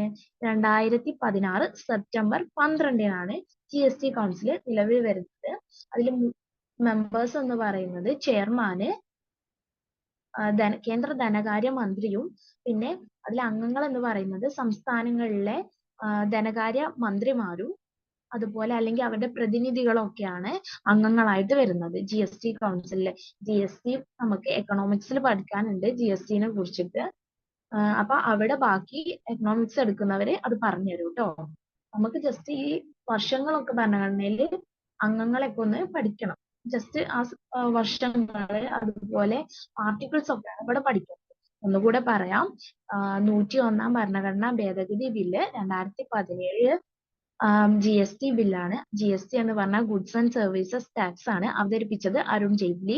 2016 September 8 president Pranab Mukherjee sign ചെയ്തു. പാർലമെന്റ് അങ്ങനെ പാസ്സാക്കി. ഇനി പ്രാബല്യത്തിൽ വന്ന ഡേറ്റ് 2017 ജൂലൈ 1. പ്രാബല്യത്തിൽ വന്ന ഡേറ്റ് GSTന്റെ ചോദിച്ചിട്ടുണ്ട്, ഒരു PYQ ആണ്. 2017 ജൂലൈ 1. ഇനി ഭേദഗതി വന്ന വകുപ്പുകളെ 269A, 246A, 279A. 246A എന്ന് പറഞ്ഞാല് GSTന്റെ കാര്യത്തില് പാർലമെന്റിനും അതുപോലെ സംസ്ഥാന നിയമസഭയ്ക്കും സ്റ്റേറ്റിനും പാർലമെന്റ് സെൻട്രലും സ്റ്റേറ്റും ആയിട്ട് GST ഉണ്ട്. അവർക്ക് നിയമം നിർമ്മിക്കാൻ അധികാരം ഉണ്ടെന്ന് പറയുന്നതാണ് 246A. 269A എന്ന് പറഞ്ഞാൽ ഇന്റഗ്രേറ്റഡ് GSTനെ കുറിച്ച് പറയുന്നതാണ്. 279A എന്ന് പറഞ്ഞാല് GST കൗൺസിൽ രൂപീകരിക്കാൻ പ്രസിഡന്റിന് അധികാരത്തെ കുറിച്ച് പറയുന്നതാണ്. ഇനി GST കൗൺസിൽ രൂപീകരിച്ചത് 2016 സെപ്റ്റംബർ 12 ഇതിൽ അംഗങ്ങള് കേന്ദ്ര ധനകാര്യ മന്ത്രി ആയിരിക്കും അതിന് ചെയർമാൻ എന്ന് പറയുന്നത്. സംസ്ഥാനത്തിലെ എല്ലാ സംസ്ഥാനങ്ങളുടെയും ധനകാര്യ മന്ത്രിമാരോ അവരുടെ പ്രതിനിധികളോ ആയിരിക്കും അംഗങ്ങൾ എന്ന് പറയുന്നത്. ഓക്കെ ആണോ? അടുത്തതിലേക്ക് പോയാലോ? 102 ഭേദഗതി. 102 ഭേദഗതി വർഷം 2018. പിന്നാക്ക വിഭാഗത്തിന് കമ്മീഷനും ഭരണഘടനാ പദവി നൽകി. അതായത് national commission for backward classes, പിന്നാക്ക വിഭാഗം ഉണ്ടല്ലോ, അവർക്ക് ഒരു കമ്മീഷൻ ഉണ്ട്. ആ കമ്മീഷന് കോൺസ്റ്റിറ്റ്യൂട്ടർ പദവി നൽകി. അതായത് ഭരണഘടനാ പദവി നൽകിയ ഭേദഗതിയാണ് 102 ഭേദഗതി 2018. NCBC national commission for backward classes ഒരു കോൺസ്റ്റിറ്റ്യൂഷൻ ബോഡി ആയി മാറി. അതാണ് 2018 102 ഭേദഗതി. അതിലൂടെ 338, 342 എന്നീ വകുപ്പുകൾ കൂടിയിട്ട് ഉൾപ്പെടുത്തിയിട്ടുണ്ട്. ഈ വകുപ്പ് പ്രകാരം രാഷ്ട്രപതിയാണ് പിന്നാക്ക വിഭാഗ കമ്മീഷന്റെ അംഗങ്ങളെയൊക്കെ നിയമിക്കുന്നത്. ഒരു ചെയർപേഴ്സൺ ഉണ്ടായിരിക്കും, പിന്നെ വൈസ് ചെയർപേഴ്സൺ ഉണ്ടായിരിക്കും, പിന്നെ മറ്റ് അംഗങ്ങളും ഉണ്ടായിരിക്കും. മൊത്തം 5 അംഗങ്ങൾ ഉണ്ടായിരിക്കും. നാഷണൽ കമ്മീഷൻ ഫോർ ബാക്ക്വേർഡ് ക്ലാസസിൽ കാലാവധി 3 വർഷമാണ്. രാഷ്ട്രപതിയാണ് നിയമിക്കുന്നത്. ഇതിൽ വന്നിട്ടുള്ള വകുപ്പുകളാണ് 338 ബിയും 142 എയും 102 ഭേദഗതി 2018. ഇനി 103 ഭേദഗതി ജസ്റ്റ് ഓർത്തിരുന്നാൽ മതി കേട്ടോ ഇതൊക്കെ. ഈ 103 ഭേദഗതി എന്താണ്? സമൂഹത്തിലെ, അതായത് എക്കണോമിക്കലി വീക്കർ സെക്ഷൻസ് ഉണ്ടല്ലോ, സമൂഹത്തിലെ സാമ്പത്തികമായി പിന്നാക്കം നിൽക്കുന്ന വിഭാഗങ്ങൾക്ക് കേന്ദ്ര സർക്കാർ സ്വകാര്യ സ്ഥാപനത്തിൽ കേന്ദ്ര സർക്കാരിന്റെയും അതുപോലെ സ്വകാര്യ സ്ഥാപനത്തിലും പ്രവേശനത്തിനും കേന്ദ്ര സർക്കാർ ജോലികളുടെ നിയമനത്തിലും 10% സംവരണം കൊണ്ടുവന്നിട്ടുള്ള ഭേദഗതിയാണ് 103 ഭേദഗതി നിയമം 2019. 103 ഭേദഗതിയിൽ എന്താ പറയുന്നത് എന്ന് വെച്ചാല്, എക്കണോമിക്കലി വീക്കർ അവർക്ക് അങ്ങനത്തെ എക്കണോമിക്കലി വീക്കർ ആയിട്ടുള്ള സാമൂഹികമായിട്ടും സാമ്പത്തികമായിട്ടും സമൂഹത്തിൽ സാമ്പത്തികമായിട്ട് പിന്നോക്കം നിൽക്കുന്ന EWS ഞാൻ പറയാം ഷോർട്ടാക്കിയിട്ട്, അവർക്ക് കേന്ദ്ര സർക്കാർ സ്ഥാപനങ്ങളിലും അതുപോലെ സ്വകാര്യ സ്ഥാപനങ്ങളിലും പ്രവേശിക്കാനും, ഇപ്പൊ കോളേജുകളൊക്കെ ഉണ്ടെങ്കിൽ അങ്ങനെ സ്വകാര്യ വിദ്യാഭ്യാസ സ്ഥാപനം അല്ലെങ്കിൽ കേന്ദ്ര സർക്കാർ വിദ്യാഭ്യാസ സ്ഥാപനത്തിലൊക്കെ EWS ലുള്ള ആളുകൾക്ക് പ്രവേശനത്തിനും അതുപോലെ കേന്ദ്ര സർക്കാർ ജോലികളിലെ നിയമനത്തിനൊക്കെ 10% സംവരണം ഏർപ്പെടുത്തിയ ഭേദഗതിയാണ് 103 ഭേദഗതി 2019. 103 ഭരണഘടനാ ഭേദഗതിയിൽ എന്താ പറയുന്നത്? EWS എക്കണോമിക്കലി വീക്കർ ആയിട്ടുള്ള ആളുകൾക്ക് കേന്ദ്ര സർക്കാരിന്റെയും അതുപോലെ സ്വകാര്യ സ്ഥാപനങ്ങളിലൊക്കെ കോളേജുകളിലൊക്കെ പ്രവേശനത്തിലും അതുപോലെ കേന്ദ്ര സർക്കാരിന്റെ കേന്ദ്ര സർക്കാർ നിയമിക്കുന്ന ജോലികളിൽ ഒക്കെ 10% സംവരണം കൊണ്ടുവന്നു. പിന്നെ ആർട്ടിക്കിൾ 16 ഭേദഗതി ചെയ്തത് 103 ഭേദഗതി ബില്ലിലാണ്, 2019. 103 ഭേദഗതി ഓക്കെ അല്ലേ? ഓടിച്ചിട്ട് പോവാണ് കേട്ടോ. ഞാൻ വീണ്ടും പറയേണ്ട ആവശ്യമെങ്കിൽ നമുക്ക് ഈ ക്ലാസ് ഒന്നുകൂടെ കറണ്ട് അഫയേഴ്സിന്റെ പാർട്ടായിട്ട് എടുക്കാം കേട്ടോ. ഇനി അടുത്തത് 104 ഭേദഗതി 2019 തന്നെയാണ്. വർഷം 2019 ആണ്. പക്ഷെ നിലവിൽ വന്ന വർഷം 2020 ആണ് കേട്ടോ. 104 ഭേദഗതി പാസ്സാക്കിയത് 2019 പോലും 2020 104 ഭേദഗതി നിലവിൽ വന്നത്. നമുക്കറിയാം, നമ്മുടെ ലോക്സഭയിലേക്കും സംസ്ഥാന നിയമസഭകളിലൊക്കെ ആംഗ്ലോ ഇന്ത്യൻ റെപ്രസെന്റേഷൻ അഥവാ പ്രാതിനിധ്യം ഉണ്ടായിരുന്നു. അത് അവസാനിപ്പിച്ചിട്ടുള്ള ഒരു ഭേദഗതിയാണ് 104 ഭേദഗതി 2019. പിന്നെ SC/ST വിഭാഗത്തിന് സംവരണം എന്ത് ചെയ്തു? 10 വർഷം കൂടി നീട്ടി. അങ്ങനെ 60 വർഷമാക്കി മാറ്റുകയാണ് ചെയ്തത്. അപ്പൊ എന്തൊക്കെയാണ് 104 ഭേദഗതി 2019 പറയുന്നത്? 2019 ഭേദഗതി പാസ്സായതെങ്കിലും നിലവിൽ വന്നത് 2020. പിന്നെ ആംഗ്ലോ ഇന്ത്യൻ റെപ്രസെന്റേഷൻ, ലോക്സഭയിലും സംസ്ഥാന നിയമസഭയിലൊക്കെ ആംഗ്ലോ ഇന്ത്യൻ റെപ്രസെന്റേഷൻ ഉണ്ടായിരുന്നു. ആ സംവരണം അവസാനിപ്പിച്ചു. SC/STക്ക് 10 വർഷം സംവരണം നീട്ടി. ഇനി 105 ഭേദഗതി 2021. സാമൂഹ്യമായും വിദ്യാഭ്യാസപരമായും പിന്നാക്ക വിഭാഗങ്ങളുടെ പട്ടിക തയ്യാറാക്കാനുള്ള അധികാരം മുൻപ് ആർക്കായിരുന്നു? കേന്ദ്ര സർക്കാരിന് മാത്രമായിരുന്നു. എന്നാൽ ഈ 105 ഭേദഗതി പ്രകാരം സംസ്ഥാന സർക്കാരുകൾക്ക് കൂടി അധികാരമുണ്ട്, അല്ലെങ്കിൽ അവരുടെ അധികാരം പുനഃസ്ഥാപിക്കുകയാണ് ചെയ്തത്. 105 ഭേദഗതി 2021 എന്താണ് പറയുന്നത്?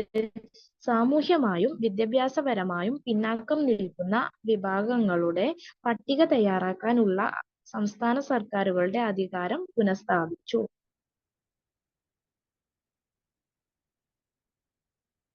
മനസ്സിലായോ?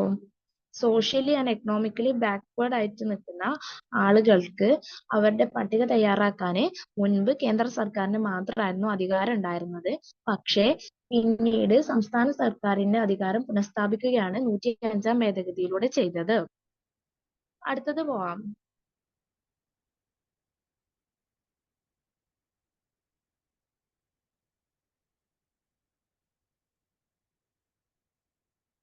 ഇനി നമുക്ക് ഒന്നാം ഭേദഗതി ഒക്കെ കുറച്ച് ഭേദഗതികൾ പറയാം. അതിനുശേഷം നാരി ശക്തി വന്ദൻ അധിനിയം എടുക്കാം ട്ടോ.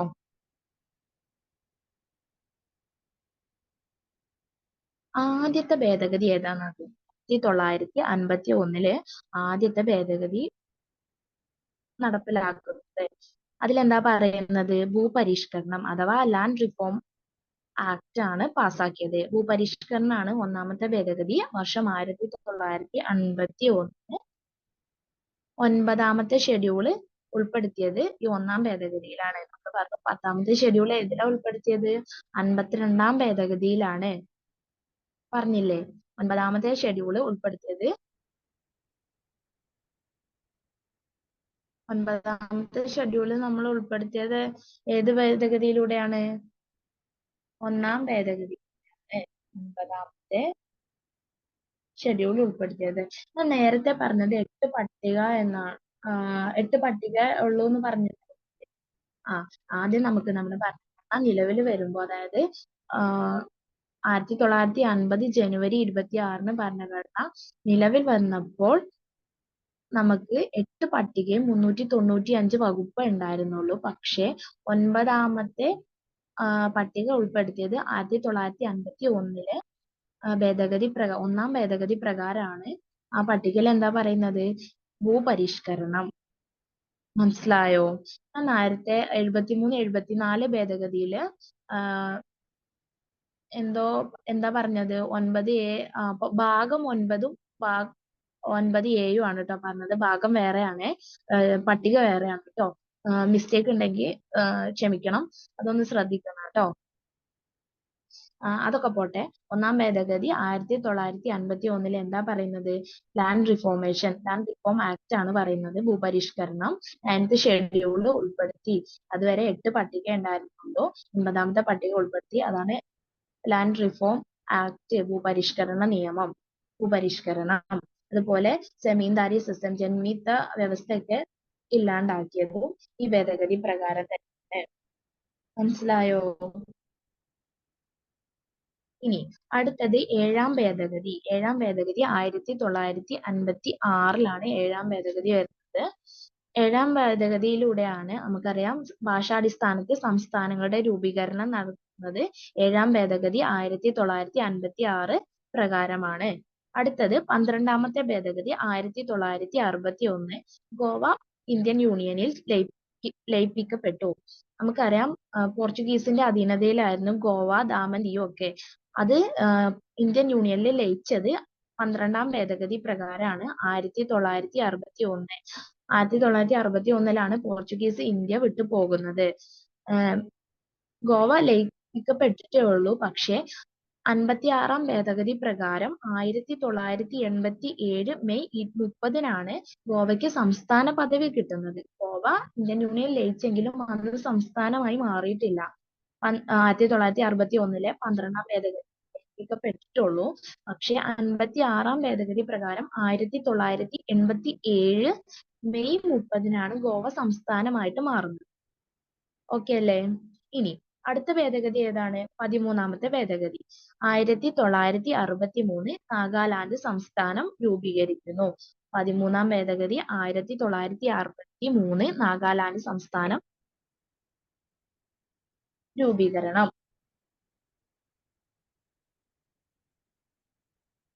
അടുത്തത് 24ാം ഭേദഗതിയാണ്. 24ാം ഭേദഗതി ഒരു ചോദ്യം വന്നിട്ടുള്ളതാണ് 1971. 1971 പ്രധാനമന്ത്രി ആരായിരുന്നു? ഇന്ദിരാഗാന്ധി. 24ാം ഭേദഗതിയിൽ എന്താണ് പറഞ്ഞിട്ടുള്ളത്? മൗലികാവകാശങ്ങൾ ഉൾപ്പെടെ തിരുത്തുന്നതിനുള്ള അധികാരം പാർലമെന്റിന് ഉണ്ട് എന്ന് വ്യക്തമാക്കിയ ഭേദഗതിയാണ് 24ാം ഭേദഗതി. അതിന്റെ പിന്നിൽ ഒരു കാര്യമുണ്ട്. 1967 ഗോലഖ്നാഥ് കേസ് നടന്നു. അപ്പോൾ സുപ്രീം കോടതി എന്താ വിധിച്ചത്? പാർലമെന്റിന്റെ അധികാരത്തെ ഒന്ന് കുറച്ച് കാണിച്ചു. അതിനെതിരെയുള്ള ഒരു വെല്ലുവിളി, ഒരു ചലഞ്ച് എന്ന പോലെയാണ് എന്ത് ചെയ്തു ഇന്ദിരാഗാന്ധി ഗവൺമെന്റ്? മൗലികാവകാശങ്ങൾ ഉൾപ്പെടെ തിരുത്തുന്നതിന് അധികാരം പാർലമെന്റിനുണ്ട് എന്ന് ഭേദഗതി ഭരണഘടനയിൽ ഉൾപ്പെടുത്തി. അപ്പൊ പിന്നീട് അവര് അവരുടെ അധികാരം കീഴടക്കാൻ വേണ്ടിയിട്ടായിരുന്നു ഭരണഘടനയിൽ ഈ ഒരു ഭേദഗതി വരുത്തിയത്. അതുകൊണ്ട് തന്നെ 24-ാം ഭേദഗതി ഒരു മുൻവർഷ ചോദ്യമാണ്. ശ്രദ്ധിക്കണം, ഇനിയും ആവർത്തിക്കാം. 24-ാം ഭേദഗതി 1971 പ്രധാനമന്ത്രി ഇന്ദിരാഗാന്ധി മൗലികാവകാശങ്ങൾ ഉൾപ്പെടെ തിരുത്തുന്നതിനുള്ള അധികാരം പാർലമെന്റിന് ഉണ്ട് എന്ന് വ്യക്തമാക്കിയ ഭേദഗതി ഏതാണ്? 24-ാം ഭേദഗതി. അതിന് പിന്നിലെ കേസ് ഏതാണ്? 1967 ഗോലഖ്നാഥ് കേസിൽ പാർലമെന്റിന്റെ അധികാരത്തെ കുറച്ച് കാണിച്ചുകൊണ്ട് സുപ്രീം കോടതി വിധി വന്നു. അതിനെതിരെയാണ് ഇവർ ഈ ഭേദഗതി നടത്തിയിട്ടുള്ളത്. അടുത്തത് 26-ാം ഭേദഗതി 1971 പ്രിവി പേഴ്സ് നിർത്തലാക്കി. അതായത് കുറെ നാട്ടുരാജ്യങ്ങളൊക്കെ ഇന്ത്യ രൂപീകരിച്ചപ്പോൾ നാട്ടുരാജ്യങ്ങൾ ഉണ്ടായിരുന്നു, അവർക്ക് അലവൻസ് ഒക്കെ കൊടുത്തിട്ടുണ്ടായിരുന്നു. ആ അലവൻസ് എല്ലാം എന്ത് ചെയ്തു? ഇന്ദിരാഗാന്ധി ഗവൺമെന്റ് നിർത്തലാക്കി. ആ ഭേദഗതിയാണ് പ്രിവി പേഴ്സ് നിർത്തലാക്കി എന്ന നിയമം കൊണ്ടുവന്ന ഭേദഗതി ഏതാണ്? 26-ാം ഭേദഗതി. മനസ്സിലായോ? ഇനി അടുത്തത് 36-ാം ഭേദഗതിയാണ്. 1975 1975 36-ാം ഭേദഗതിയിലൂടെയാണ് സിക്കിമിന് ഒരു പൂർണ്ണ സംസ്ഥാന പദവി ലഭിക്കുന്നത്. സിക്കിമും ചൈനയുടെ ഭാഗമാണെന്നൊക്കെ പറഞ്ഞിട്ട് ഒരുപാട് പ്രശ്നങ്ങൾ ഉണ്ടായിരുന്നു. അതിൽ നിന്നെല്ലാം മാറിയിട്ട് സിക്കിം ഇന്ത്യയുടെ ഭാഗമായിട്ട് പൂർണ്ണമായിട്ട് ഒരു സംസ്ഥാനമായിട്ട് മാറിയത് 36-ാം ഭേദഗതി പ്രകാരമാണ്. വർഷം 1975. ഓക്കെ അല്ലേ? ഇനി അടുത്തൊരു ഭേദഗതിയാണ്, ഇമ്പോർട്ടന്റ് ആയിട്ടുള്ള ഭേദഗതിയാണ്. അരുണാചൽ പ്രദേശിന്റെ രൂപീകരണം 1987 വന്നിട്ടുള്ളത്. ഭേദഗതി എത്രാമത്തെ ഭേദഗതിയാണ്? 55-ാമത് ഭേദഗതി 1987 അരുണാചൽ പ്രദേശിന്റെ രൂപീകരണം. അടുത്തത് 69 ഒരു പ്രീവിയസ് ഇയർ ക്വസ്റ്റ്യൻ ആണ്. ഡൽഹി കേന്ദ്രഭരണ തലസ്ഥാന പ്രദേശമായി. ഇന്ത്യയുടെ ക്യാപിറ്റൽ ആണ് ഡൽഹി, അതൊരു കേന്ദ്രഭരണ പ്രദേശമാണ്, ഇത് ഇന്ത്യയുടെ തലസ്ഥാനമാണ്. അതുകൊണ്ട് തന്നെ അങ്ങനെ അത് നിലവിൽ വന്നത്, ഡൽഹി കേന്ദ്രഭരണ തലസ്ഥാന പ്രദേശമായിട്ട് നിലവിൽ വന്നത് 1991 69-ാം ഭേദഗതി പ്രകാരമാണ്.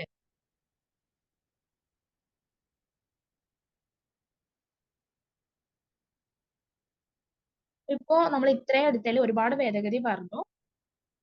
100 മുതൽ 100 പറഞ്ഞു, 101, 102, 103, 104, 105, 106 നാരി ശക്തി വന്ദന അധിനിയാണ്. പിന്നെ 1, 7, 12, 13, 24, 26, 36, 65, 69 ഇത്രയും ഭേദഗതിയും പറഞ്ഞു.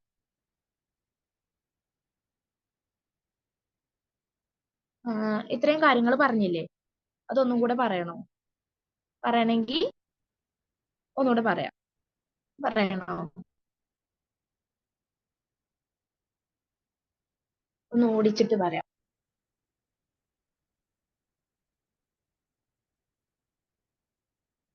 ഒന്നാം ഭേദഗതി വർഷം 1951 ഭൂപരിഷ്കരണം, 9-ാമത്തെ പട്ടിക കൂട്ടിച്ചേർത്തു.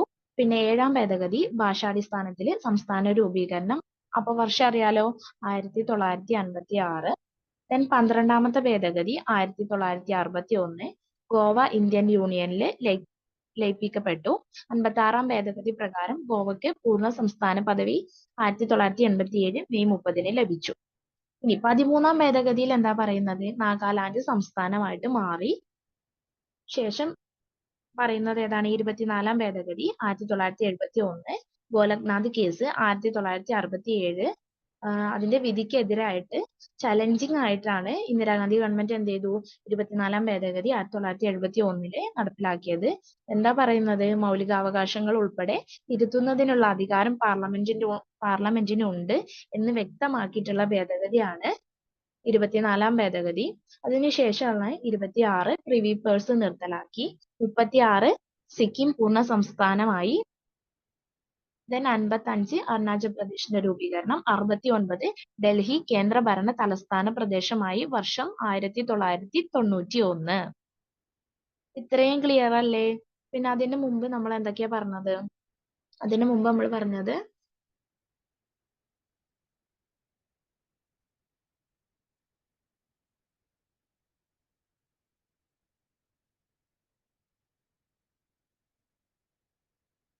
അതിന് മുമ്പ് നമ്മൾ എന്താ പറഞ്ഞത്? 100ാമത്തെ ഭേദഗതി എന്തായിരുന്നു? ഇന്ത്യ ബംഗ്ലാദേശ് ലാൻഡ് ബൗണ്ടറി കരാറ്. 101 GST നെ കുറിച്ച് 122ാമത് ബില്ലാണ് അരുൺ ജെയ്റ്റ്ലിയാണ് അവതരിപ്പിച്ചത്. പിന്നീട് എന്താ പറഞ്ഞത്? GST-ന്റെ കാര്യങ്ങൾ പറഞ്ഞു. പിന്നെ അതിൽ 3 വകുപ്പുകള് 246A, 279A, 269A വകുപ്പുകൾ ഭേദഗതി ചെയ്തത് പറഞ്ഞു. പിന്നീട് GST കൗൺസിലിൻ രൂപീകരിച്ചതെന്നാന്ന് പറഞ്ഞു. പിന്നെ 2017 ജൂലൈ 1-നാണ് GST ബില്ല് GST നിലവിൽ വന്നത് എന്ന് പറഞ്ഞു. അതൊക്കെ പറഞ്ഞില്ലേ? അതിനുശേഷം പറഞ്ഞത് എന്താണ്? 102ാം ഭേദഗതിയിൽ എന്താ പറഞ്ഞത്? National commission for backward classes ഒരു കോൺസ്റ്റിറ്റ്യൂഷൻ ബോഡി ആക്കി മാറ്റിയത് പറഞ്ഞു. 103-ല് EWS എക്കണോമിക്കലി വീക്കർ സെക്ഷന് 10% സംവരണം കേന്ദ്ര സർക്കാർ സ്ഥാപനങ്ങളിലും അതുപോലെ സ്വകാര്യ വിദ്യാഭ്യാസ സ്ഥാപനങ്ങളിലും പിന്നെ കേന്ദ്ര സർക്കാർ ജോലികളിലൊക്കെ 10% സംവരണം ഏർപ്പെടുത്തിയിട്ടുള്ള ഭേദഗതിയാണ് 103. 104-ൽ എന്താ പറഞ്ഞത്? ആംഗ്ലോ ഇന്ത്യൻ സീറ്റ് സംവരണം നിർത്തലാക്കി. ഈ 104-ാം ഭേദഗതി 2019 ആണെങ്കിൽ പോലും നിലവിൽ വന്നത് 2020-ലാണ് കേട്ടോ, അത് ഓർക്കണേ. പിന്നെ 105-ാം ഭേദഗതി സാമൂഹ്യമായിട്ടും വിദ്യാഭ്യാസമായിട്ടും പിന്നാക്കം നൽകുന്ന, അതായത് SC/BC socially and economically backward ക്ലാസിന്റെ പട്ടിക തയ്യാറാക്കാൻ കേന്ദ്ര സർക്കാരിനാണ് അധികാരം ഉണ്ടായിരുന്നത്. പക്ഷേ സംസ്ഥാന സർക്കാരിന്റെ അധികാരം പുനഃസ്ഥാപിച്ചുകൊണ്ടുള്ള ഭേദഗതിയായിരുന്നു 105-ാം ഭേദഗതി 2021. അപ്പൊ ഇത്രയും കാര്യം ക്ലിയർ അല്ലേ? ഇനി നമുക്ക് പറയാനുള്ളത് നാരി ശക്തി വന്ദൻ അധിനിയം. ലേറ്റസ്റ്റ് ആയിട്ട് വന്നിട്ടുള്ള 2023-ലുള്ള നാരി ശക്തി വന്ദൻ അധിനിയം അഥവാ 106-ാം ഭേദഗതി നിയമമാണ് കേട്ടോ. 106-ാം ഭേദഗതി നിയമം നമുക്ക് നോക്കാലോ. അതിന്റെ വേറൊരു പേരാണ് നാരി ശക്തി വന്ദൻ അധിനിയം അല്ലെങ്കിൽ വനിതാ സംവരണ ബില്ല്. 128-ാം ഭേദഗതി ബില്ല്. 128-ാം ഭേദഗതി ബില്ല് എന്നോ അല്ലെങ്കിൽ വനിതാ സംവരണ ബില്ലെന്നോ നാരി ശക്തി വന്ദൻ അധിനിയം എന്നോ അല്ലെങ്കിൽ 106-ാം ഭരണഘടനാ ഭേദഗതി നിയമം എന്നോ ചോദിച്ചാലും ഒന്ന് തന്നെയാണ്. വർഷം 2023. നമുക്കറിയാം പുതിയ പാർലമെന്റിൽ പാസ്സാക്കിയിട്ടുള്ള ആദ്യ ബില്ലാണ് വനിതാ സംവരണ ബില്ല്. അതിനു മുൻപ് 6 തവണ വനിതാ സംവരണ ബില്ല് പാസ്സാക്കിയിട്ടുണ്ടെങ്കിലും അതെല്ലാം പരാജയമായിരുന്നു. പുതിയ പാർലമെന്റിൽ അവതരിപ്പിച്ചിട്ട് ഉള്ള ആദ്യ ബില്ലായ വനിതാ സംവരണ ബില്ലാണ് പാസ്സായത്. ഇനി പുതിയ പാർലമെന്റിന്റെ ഉദ്ഘാടനം കഴിഞ്ഞതെന്നാണ്? ഓർമ്മയുണ്ടോ? ഞാൻ പറയാം. 2023 മെയ് 28-നാണ് പുതിയ പാർലമെന്റിന്റെ ഉദ്ഘാടനം കഴിഞ്ഞത്. പുതിയ പാർലമെന്റിലെ ആദ്യ സമ്മേളനം നടന്നത് 2023 സെപ്റ്റംബർ 19-നാണ്. ക്ലിയർ അല്ലേ? ഇനി വനിതാ സംവരണ ബില്ല് ആദ്യമായിട്ട് വനിതാ സംവരണ ബില്ല് അവതരിപ്പിച്ചിട്ടുള്ളത് ഈ പുതിയ പാർലമെന്റിലല്ല. നമ്മൾ പറഞ്ഞു 6 തവണ അവതരിപ്പിച്ചിട്ടുണ്ടായിരുന്നു, പക്ഷെ അതൊക്കെ പരാജയമായിരുന്നു. ആദ്യമായിട്ട് വനിതാ സംവരണ ബില്ല് അവതരിപ്പിച്ചിട്ടുള്ളത് HD ദേവഗൌഡ പ്രൈം മിനിസ്റ്റർ ആയിരിക്കെ 1996-ലെ 81-ാം ഭേദഗതി ബില്ലായിട്ടാണ്. 81-ാം ഭേദഗതി നിയമം അല്ല കേട്ടോ. 81-ാം ഭേദഗതി ബില്ലായിട്ട് 1996-ലെ HD ദേവഗൌഡ പ്രധാനമന്ത്രി ആയിരിക്കെ അവതരിപ്പിച്ചിട്ടുണ്ട്. പക്ഷെ അത് പാസ്സായിട്ടില്ല. പിന്നീട് എന്ത് ചെയ്തു? ഈ ബില്ല് സംയുക്ത പാർലമെന്ററി കമ്മിറ്റിയിലേക്ക് വിടുകയും അതിനെക്കുറിച്ച് അനലൈസ് ചെയ്തൊക്കെ ചെയ്തു. പക്ഷെ അതും പരാജയമായിരുന്നു. ഈ സംയുക്ത പാർലമെന്ററി കമ്മിറ്റിന്റെ അധ്യക്ഷയായിരുന്നു ഗീതാ മുഖർജി. പേരെന്താണ്? ഗീതാ മുഖർജി. ഇപ്പൊ ഒരു ചോദ്യം വരാണ്. ലോക്സഭയില് വനിതാ സംവരണ ബില്ല് ആദ്യമായിട്ട് അവതരിപ്പിച്ച വനിത എന്ന് പറയുകയാണെങ്കിൽ ഗീതാ മുഖർജിനെ പറയണം കേട്ടോ. വനിത എന്ന് ചോദിക്കുകയാണെങ്കിൽ ലോക്സഭയിൽ ആദ്യമായിട്ട് അവതരിപ്പിച്ചത് വനിത എന്ന് പറയുമ്പോൾ വനിതാ സംവരണ ബില്ല് അവതരിപ്പിച്ച വനിത എന്ന് ചോദിക്കുകയാണെങ്കിൽ ഗീതാ മുഖർജി, അതായത് സംയുക്ത പാർലമെന്ററി കമ്മിറ്റിയുടെ അധ്യക്ഷയായിരുന്ന ഗീതാ മുഖർജിയാണ് അവതരിപ്പിച്ചത് എന്ന് പറയുന്നു. അതിന് മുമ്പ് 81 ഭേദഗതി ബില്ല്, നിയമമല്ല, 81 ഭേദഗതി ബില്ലായിട്ട് 1996 HD ദേവഗൌഡ പ്രധാനമന്ത്രിയായിരിക്കെ അവതരിപ്പിച്ചിട്ടുണ്ടെങ്കിലും പാസ്സായിട്ടില്ല.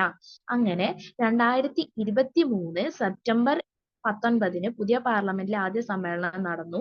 തൊട്ടടുത്ത ദിവസം സെപ്റ്റംബർ 20, 2023 ലോക്സഭയില് വനിതാ സംവരണ ബില്ല് അവതരിപ്പിക്കുന്നു, ലോക്സഭ പാസാക്കുന്നു. ശേഷം 21 സെപ്റ്റംബർ 2023 രാജ്യസഭ പാസാക്കുന്നു. പ്രസിഡന്റ് 28 സെപ്റ്റംബർ 2023 ഒപ്പുവെച്ചു. അങ്ങനെ ബില്ല് നിയമമായി, പാർലമെന്റ് പാസാക്കി. പാർലമെന്റ് വനിതാ സംവരണ ബില്ല് പാസാക്കിയത് എന്നാന്ന് ചോദിച്ചാൽ 2023 സെപ്റ്റംബർ 28, ലോക്സഭ 2023 സെപ്റ്റംബർ 20. സെപ്റ്റംബർ 19 ആദ്യ സമ്മേളനം നടന്നത്. സെപ്റ്റംബർ 20 ലോക്സഭ പാസാക്കിയത് വനിതാ സംവരണ ബില്ല്. 21 രാജ്യസഭ, 28 പ്രസിഡന്റ് ഒപ്പുവെച്ചു, നിയമമായി. പക്ഷേ ഇത് ഇപ്പോഴും പ്രാബല്യത്തിൽ വന്നിട്ടില്ല. 2024 അതായത് നമ്മുടെ ഇപ്പൊ കഴിഞ്ഞ ലോക്സഭ ഇലക്ഷനില് അത് കൊണ്ടുവന്നിട്ടില്ല. ബില്ല് നിയമമായതിനു ശേഷം 15 വർഷ കാലാവധിയാണ് ഈ വനിതാ സംവരണ ബില്ലിനുള്ളത് കേട്ടോ. സംവരണം 15 വർഷത്തേക്കാണ് കേട്ടോ സ്ത്രീകൾക്ക് സംവരണം ഉള്ളത്. ഇനി എത്ര ശതമാനം സംവരണമാണ് ലോക്സഭയിലും അതുപോലെ സംസ്ഥാന നിയമസഭകളിലുമാണ് സംവരണം ഉള്ളത്? വനിതാ സംവരണ ബില്ലിൽ എന്താ പറയുന്നത്? ലോക്സഭയിലും അതുപോലെ സംസ്ഥാന നിയമസഭകളിലും 1/3 ഭാഗം വനിതകൾക്ക് സംവരണം നൽകണം. അതായത് 33% സംവരണമാണ് പറയുന്നത്. ലോക്സഭ, നിയമസഭ, ദേശീയ തലസ്ഥാനമായ ഡൽഹി നിയമസഭയിലും SC/ST സംവരണം ചെയ്തതുൾപ്പെടെ എല്ലാ സീറ്റുകളിലും 1/3 സംവരണം സ്ത്രീകൾക്ക് നൽകണം എന്നാണ് വനിതാ സംവരണ ബില്ല് പറയുന്നത്. ഇനി ഈ വനിതാ സംവരണ ബില്ല് അവതരിപ്പിച്ചത് ആരാണ്? നിയമമന്ത്രി, ഇന്നത്തെ നിയമമന്ത്രി, 2023 നിയമമന്ത്രി അർജുൻ റാം മേഘ്വാൾ ആണ്. ആരാണ്? അർജുൻ റാം മേഘ്വാൾ. നമ്മൾ പറഞ്ഞു ലോക്സഭയിൽ ആദ്യമായിട്ട് വനിതാ സംവരണ ബില്ല് അവതരിപ്പിച്ചത് വനിത ആരാണ്? ഗീതാ മുഖർജി. സംയുക്ത പാർലമെന്ററി കമ്മിറ്റിയുടെ അധ്യക്ഷയായിരുന്ന ഗീതാ മുഖർജിയാണ്. എന്നാൽ 2023 നാരി ശക്തി വന്ദൻ അധിനിയം ബില്ല്, 128 ഭേദഗതി ബില്ല് അഥവാ വനിതാ സംവരണ ബില്ല്, 106 ഭരണഘടനാ ഭേദഗതി നിയമം അവതരിപ്പിച്ചത് ആരാണ്? അർജുൻ റാം മേഘ്വാൾ. മനസ്സിലായോ? ഇവിടെ പിന്നെ എന്താണ് ഇതിൽ കൊടുത്തിട്ടുള്ളത്? ലോക്സഭ, സംസ്ഥാന നിയമസഭകൾ, ഡൽഹി നിയമസഭ എന്നിവിടങ്ങളിൽ SC/ST സംവരണം ഉൾപ്പെടെ എല്ലാ സീറ്റുകളിലും 1/3 സ്ത്രീ സംവരണം നൽകുക എന്നതാണ്. അഥവാ 33% സംവരണമാണ് ഈ വനിതാ സംവരണ ബില്ല് കൊണ്ട് ഉദ്ദേശിക്കുന്നത്. അതിൽ ഒപ്പിട്ടിട്ടുള്ള രാഷ്ട്രപതിയാണ് ദ്രൗപദി മുർമു. ഇന്ത്യയുടെ 2ാമത്തെ വനിതാ പ്രസിഡന്റ് ആണ് ദ്രൗപദി മുർമു. മുൻപ് ആരായിരുന്നു? പ്രതിഭ പാട്ടീൽ കേട്ടോ. അതറിയാലോ. ദ്രൗപദി മുർമു ആണ് ഒപ്പിട്ട രാഷ്ട്രപതി. അവരാദ്യമായിട്ട് സൈൻ ചെയ്തിട്ടുള്ള ബില്ലാണ് വനിതാ സംവരണ ബില്ല്. അങ്ങനെ ഒരു പ്രത്യേകത ഉണ്ട്. പിന്നെ ഈ റൊട്ടേഷൻ ബേസിലാണ് ഓരോ മണ്ഡലങ്ങളിലും ഇത് വരുന്നത്. ഇപ്പൊ ഈ വർഷം ഇപ്പൊ വാർഡ് തലത്തിലൊക്കെ ആണെങ്കിൽ ഇപ്പൊ നമുക്കറിയാം 73-74 ഭേദഗതി നമുക്കറിയാം.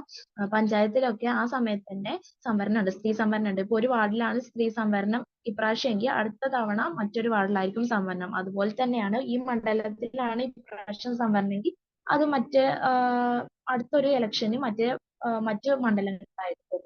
ഒരു റൊട്ടേഷണൽ ബേസിസിലാണ് സംവരണം നടപ്പാക്കുന്നത്. ഇനി രാജ്യസഭയിലും സംസ്ഥാന കൗൺസിലിലും വനിതാ സംവരണം ഉണ്ടാകില്ല എന്ന് പറയുന്നത്. രാജ്യസഭയിലും അതുപോലെ ലെജിസ്ലേറ്റീവ് കൗൺസിൽ ഉണ്ടല്ലോ, ബീഹാർ, ആന്ധ്രാപ്രദേശ് ഒക്കെ അങ്ങനത്തെ സ്റ്റേറ്റുകളിലൊക്കെ ലെജിസ്ലേറ്റീവ് കൗൺസിലും കൂടിയുണ്ട്. അവിടെ ഒന്നും ഈ വനിതാ സംവരണം ഉണ്ടാകില്ല എന്ന് പ്രത്യേകം പറഞ്ഞിട്ടുണ്ട്. എവിടെയൊക്കെയാണ് വനിതാ സംവരണം ഉണ്ടാകുക എന്നൊരു ചോദ്യം വന്നാൽ ഉത്തരം പറയണം. ലോക്സഭ, സംസ്ഥാന നിയമസഭകൾ, തലസ്ഥാനമായി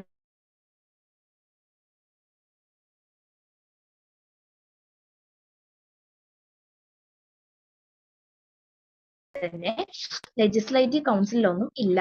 പിന്നെ ഒപ്പിട്ട രാഷ്ട്രപതി ദ്രൗപദി മുർമു അവരുടെ ആദ്യമായിട്ട് ഒപ്പിട്ട ബില്ലാണ് വനിതാ സംവരണ ബില്ല്. ഇനി മാറ്റം വരുത്തിയിട്ടുള്ള ആർട്ടിക്കിൾസ് ഉണ്ട്, വകുപ്പുകളുണ്ട്. ഏതൊക്കെയാണ്? 330A, 332A, 239A, 334A. ഇനി ഓരോന്നും പറയാം. 330A എന്ന് പറഞ്ഞാല് ലോക്സഭയിലേക്കുള്ള സംവരണത്തെ കുറിച്ചാണ്. 330A എന്താ പറയുന്നത്? ലോക്സഭയിലേക്കുള്ള സ്ത്രീ സംവരണം 33% സംവരണമാണ് 330A പറയുന്നത്. 332A പറയുന്നത് സംസ്ഥാന നിയമസഭകളിലേക്കുള്ള സ്ത്രീ സംവരണമാണ്. 332A എന്താണ് പറയുന്നത്? സംസ്ഥാന നിയമസഭകളിലെ 33% സ്ത്രീ സംവരണം. 239A എന്താണ് പറയുന്നത്? നാഷണൽ ക്യാപിറ്റൽ ആയിട്ടുള്ള ഡൽഹിയിലെ നിയമസഭയിലേക്കുള്ള സ്ത്രീ സംവരണം. 239A എന്താ പറയുന്നത്? നാഷണൽ ക്യാപിറ്റൽ ആയിട്ടുള്ള ഡൽഹിയിലെ നിയമസഭയിലെ 33% സംവരണത്തെ കുറിച്ചാണ്. ഇനി 334A എന്താണ് പറയുന്നത്? ഒരു സെൻസസ് നടത്തിയ ശേഷം മാത്രമേ ഈ ബില്ലിനനുസരിച്ചിട്ടുള്ള നടപടികൾ ഉണ്ടാവുകയുള്ളൂ. അല്ലെങ്കിൽ സെൻസസ് നടത്തിയ ശേഷം മാത്രമേ ഈ സംവരണം നടപ്പാക്കൂ എന്ന് പറയുന്ന വകുപ്പാണ് 334A. അതായത് ഇപ്പോഴും ഈ നിയമം പ്രാബല്യത്തിൽ വന്നിട്ടില്ല. നിയമമായിട്ടുണ്ട്, പക്ഷേ വനിതാ സംവരണം ഇപ്പോ നടന്നിട്ടുള്ള 2024 ലോക്സഭാ ഇലക്ഷനിൽ നടപ്പാക്കിയിട്ടില്ല. അതിന്റെ ഒരു ടൈം പീരീഡ് എന്ന് പറഞ്ഞാൽ 15 വർഷത്തേക്കാണ് കേട്ടോ.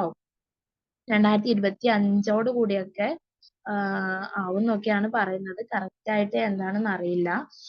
ഗവൺമെന്റ് മാറുന്നതിനനുസരിച്ച് ഇത് മാറുമെന്നും അറിയില്ല. പക്ഷേ എങ്കിലും പല കേരളം ഉൾപ്പെടെയുള്ള പല സംസ്ഥാനങ്ങളും നിയമസഭകളിൽ 50% മുകളിൽ സ്ത്രീ സംവരണം നൽകുന്നുണ്ട്. 50%-ഓളം സ്ത്രീ സംവരണം നൽകുന്നുണ്ട് കേട്ടോ. അപ്പോ നാരി ശക്തി വന്ദൻ അധിനിയം നമ്മൾ പറഞ്ഞു. എന്താണ് നാരി ശക്തി വന്ദൻ അധിനിയം എന്ന് പറഞ്ഞാൽ 6ാം ഭേദഗതി നിയമം 2023 അതിന്റെ മറ്റൊരു പേരാണ് നാരി ശക്തി വന്ദൻ അധിനിയം അഥവാ വനിതാ സംവരണ ബില്ല്. മറ്റൊരു പേരെന്താണ്? 128ാം ഭേദഗതി ബില്ല്. 106ാം ഭേദഗതിയാണ്, പക്ഷെ 128ാം ഭേദഗതി ബില്ലാണ്. ഇനി ഈ വനിതാ സംവരണ ബില്ല് ആദ്യമായിട്ട് അവതരിപ്പിക്കുന്നത് 2023 അതിനു മുമ്പ് 6 തവണ അവതരിപ്പിച്ചിട്ടുണ്ട്. അതൊക്കെ പരാജയമായിരുന്നു. 1996 81ാം ബില്ലായിട്ട് ഭേദഗതി ബില്ലായിട്ട് HD ദേവഗൗഡ പ്രധാനമന്ത്രിയായിട്ട് അവതരിപ്പിച്ചിട്ടുണ്ട്. പക്ഷെ അത് പാസ്സായിട്ടില്ല. പിന്നീട് എന്ത് ചെയ്തു? ആ ബില്ല് സംയുക്ത പാർലമെന്ററി കമ്മിറ്റിയിലേക്ക് വിടുകയും അതിന്റെ അധ്യക്ഷയായിരുന്ന ഗീതാ മുഖർജി ലോക്സഭയിൽ ആദ്യമായിട്ട് അവതരിപ്പിച്ച വനിത ആവുകയും ചെയ്തിട്ടുണ്ട്. ഈ ഗീതാ മുഖർജി എന്ന് പറയുന്നത് വെസ്റ്റ് ബംഗാളിൽ നിന്നുള്ള ഒരു MP ആയിരുന്നു. ഗീതാ മുഖർജി അവരാണ് ലോക്സഭയിൽ ആദ്യമായിട്ട് വനിതാ സംവരണത്തെ അവതരിപ്പിച്ചിട്ടുള്ള വനിത. അങ്ങനെ ഒരു ചോദ്യം വന്ന ഗീതാ മുഖർജിന്റെ പേരെഴുതണം കേട്ടോ. അതും പാസ്സായില്ല. അതിനുശേഷം അർജുൻ റാം മേഘ്വാള് 2023 എന്ത് ചെയ്തു? അവതരിപ്പിച്ചു. പുതിയ പാർലമെന്റിന്റെ ഉദ്ഘാടനം നടന്നത് എന്നാണ്? 2023 മെയ് 8 പുതിയ പാർലമെന്റിലെ ആദ്യ സമ്മേളനം നടന്നത് 2023 സെപ്റ്റംബർ 19 ലോക്സഭ ബില്ല് നാരി ശക്തി വന്ദൻ അധിനിയം അഥവാ വനിതാ സംവരണ ബില്ലിന് അഥവാ 128ാം ഭേദഗതി ബില്ലിന് അംഗീകാരം നൽകിയത് 2023 സെപ്റ്റംബർ 20 തൊട്ടടുത്ത ദിവസം 21 സെപ്റ്റംബർ 2023 രാജ്യസഭ ബില്ല് പാസാക്കി. ശേഷം പ്രസിഡന്റ് 28 സെപ്റ്റംബർ 2023 ഒപ്പുവെച്ചു. 2023 സെപ്റ്റംബർ 28 പ്രസിഡന്റ് ഒപ്പുവെച്ചോടുകൂടി അത് നിയമമായി നാരി ശക്തി വന്ദൻ അധിനിയം 106ാം ഭേദഗതി നിയമം. മനസ്സിലായോ? പക്ഷെ ഇപ്പോഴും അത് നിലവിൽ വന്നിട്ടില്ല, പ്രാബല്യത്തിൽ വന്നിട്ടില്ല. നിയമമായിട്ടുണ്ട്, പക്ഷെ അത് നടപ്പാക്കിയിട്ടില്ല. അത് സെൻസസ് 2011 അവസാനമായിട്ട് സെൻസസ് നടന്നത്. ഇനി ഒരു സെൻസസ് വരുമെന്ന് പ്രതീക്ഷിക്കാം. അതിനുശേഷം നടപ്പാക്കും. അതിന്റെ കാലാവധി 15 വർഷത്തേക്കാണെന്നൊക്കെയാണ് ഗവൺമെന്റ് പറയുന്നത്. സെൻസസ് വന്നതിന് ശേഷം മാത്രമേ നടപ്പാക്കൂ എന്ന് പറയുന്ന ഒരു വകുപ്പാണ്, ഭേദഗതി ചെയ്ത വകുപ്പാണ് 334A. പിന്നെ അതിനോട് അനുബന്ധിച്ചിട്ട് 3 വകുപ്പുകൾ കൂടി ഭേദഗതി ചെയ്തിട്ടുണ്ട്. 330A ലോക്സഭയിലേക്കുള്ള സംവരണം, 332A സംസ്ഥാന നിയമസഭയിലേക്കുള്ള സംവരണം, 239AA നാഷണൽ ക്യാപിറ്റൽ ഡൽഹിയിലേക്ക് അവിടുത്തെ നിയമസഭയിലേക്കുള്ള സംവരണം. ഇതൊരു റൊട്ടേഷൻ ബേസിലായിരിക്കും സംവരണം. എത്ര ശതമാനം സംവരണമാണ്? 33% സംവരണം. എവിടേക്കെല്ലാം? ലോക്സഭ, സംസ്ഥാന നിയമസഭകള്, ഡൽഹി നാഷണൽ ക്യാപിറ്റൽ ആയിട്ടുള്ള ഡൽഹി നിയമസഭ എന്നിവിടങ്ങളിൽ SC ST അതായത് പട്ടികജാതി പട്ടികവർഗ വിഭാഗ സംവരണം ഉൾപ്പെടെ എല്ലാ സീറ്റുകളിലും 1/3 സ്ത്രീ സംവരണം, അതായത് 33% സംവരണം ഉറപ്പാക്കുന്നതാണ് കേട്ടോ ഈ വനിതാ സംവരണ ബില്ല് എന്ന് പറയുന്നത്. ഇനി ഒപ്പിട്ട രാഷ്ട്രപതി ആരാണ്? ദ്രൗപദി മുർമു. ദ്രൗപദി മുർമു ഒപ്പിട്ട ആദ്യത്തെ ബില്ലാണ് വനിതാ സംവരണ ബില്ല്. പിന്നീട് എന്താണ് പറഞ്ഞത്? ഇത് രാജ്യസഭയിലും അതുപോലെ ലെജിസ്ലേറ്റീവ് കൗൺസിൽ, ബീഹാർ, ആന്ധ്രാപ്രദേശ് അങ്ങനെ 5-6 സംസ്ഥാനങ്ങൾക്ക് ലെജിസ്ലേറ്റീവ് കൗൺസിൽ ഉണ്ട്. ഈ കൗൺസിലിലും വനിതാ സംവരണ ബില്ല് നടപ്പാക്കില്ല. രാജ്യസഭ, ലെജിസ്ലേറ്റീവ് കൗൺസിൽ ഇവിടങ്ങളിലൊന്നും വനിതാ സംവരണ ബില്ല് നടപ്പാക്കില്ല എന്ന് പറഞ്ഞിട്ടുണ്ട്. അപ്പൊ ഇത്രയും കാര്യങ്ങളാണ് നമ്മുടെ ഭേദഗതി ഭാഗത്തുനിന്ന്, കറണ്ട് അഫയേഴ്സിന്റെ ഭാഗത്തു നിന്നും. അല്ലാണ്ട് സിലബസിൽ കൊടുത്തിട്ടുള്ള 42, 44, 52, 86, 73, 74, 91, പിന്നെ 1, 7, 24, 13, 12, പിന്നെ നമ്മൾ കുറേ ഭേദഗതി പറഞ്ഞു. ഇതെല്ലാം പ്രീവിയസ് ഇയർ ക്വസ്റ്റ്യനിൽ വന്നിട്ടുള്ളതും ഇനി ചോദിക്കാൻ സാധ്യതയുള്ളതും ഒക്കെയാണ്. അപ്പോ എല്ലാം ഒന്നുകൂടെ ക്ലാസ് കേട്ടിട്ട് നിങ്ങൾ എഴുതിയെടുക്കണം. ഒരുപാട് കാര്യങ്ങൾ അഡീഷണൽ ആയിട്ട് പറഞ്ഞു. ഭേദഗതി ചെയ്യുമ്പോൾ സിമ്പിൾ മെജോറിറ്റി എന്താണെന്നും സ്പെഷ്യൽ മെജോറിറ്റി പറഞ്ഞു. പിന്നെ സ്പെഷ്യൽ മെജോറിറ്റി പ്ലസ് പകുതിയിലധികം സംസ്ഥാനങ്ങളുടെ അംഗീകാരം ഉള്ളപ്പം പാസ്സാക്കുന്ന ഭേദഗതികൾ പറഞ്ഞു. എന്താണ് ഭേദഗതി എന്ന് പറഞ്ഞു. ഭേദഗതി ചെയ്യാന് അധികാരമുള്ളത് പാർലമെന്റിനാണെന്നും ആ അധികാരത്തെ കുറിച്ച് പറയുന്ന വകുപ്പ് ഏതാന്നാ പറഞ്ഞേ? ആർട്ടിക്കിൾ 368. അതിന് കോഡ് പറഞ്ഞില്ലേ? 3, 6. 3ന്റെ ഇരട്ടിയാണ് 6. 6നോട് 2 കൂട്ടിയാൽ 8. ഭാഗം 20ലാണ് ഒക്കെ പറഞ്ഞിട്ടുണ്ട്. ഇനി PDF നന്നായിട്ട് വായിച്ചു നോക്കുക. എന്നിട്ട് മനസ്സിലായിട്ടില്ലെങ്കിൽ അടുത്ത ക്ലാസ്സിൽ ചോദിക്കുക. ഒന്നുകൂടെ പറയണമെങ്കിൽ പറയാ, നമുക്ക് വീണ്ടും പറയാം. ഇന്നത്തേക്ക് ഇത്രേ ഉള്ളൂ. ഭേദഗതി ഓൾമോസ്റ്റ് എല്ലാം ഞാൻ കംപ്ലീറ്റ് ചെയ്തിട്ടുണ്ട്. എന്തെങ്കിലും മിസ്റ്റേക്ക് ഉണ്ടെങ്കിൽ നോക്കിയിട്ടൊന്ന് പറയണം. അപ്പൊ ഓക്കെ, ശരി. അടുത്ത ക്ലാസ്സിൽ കാണാം.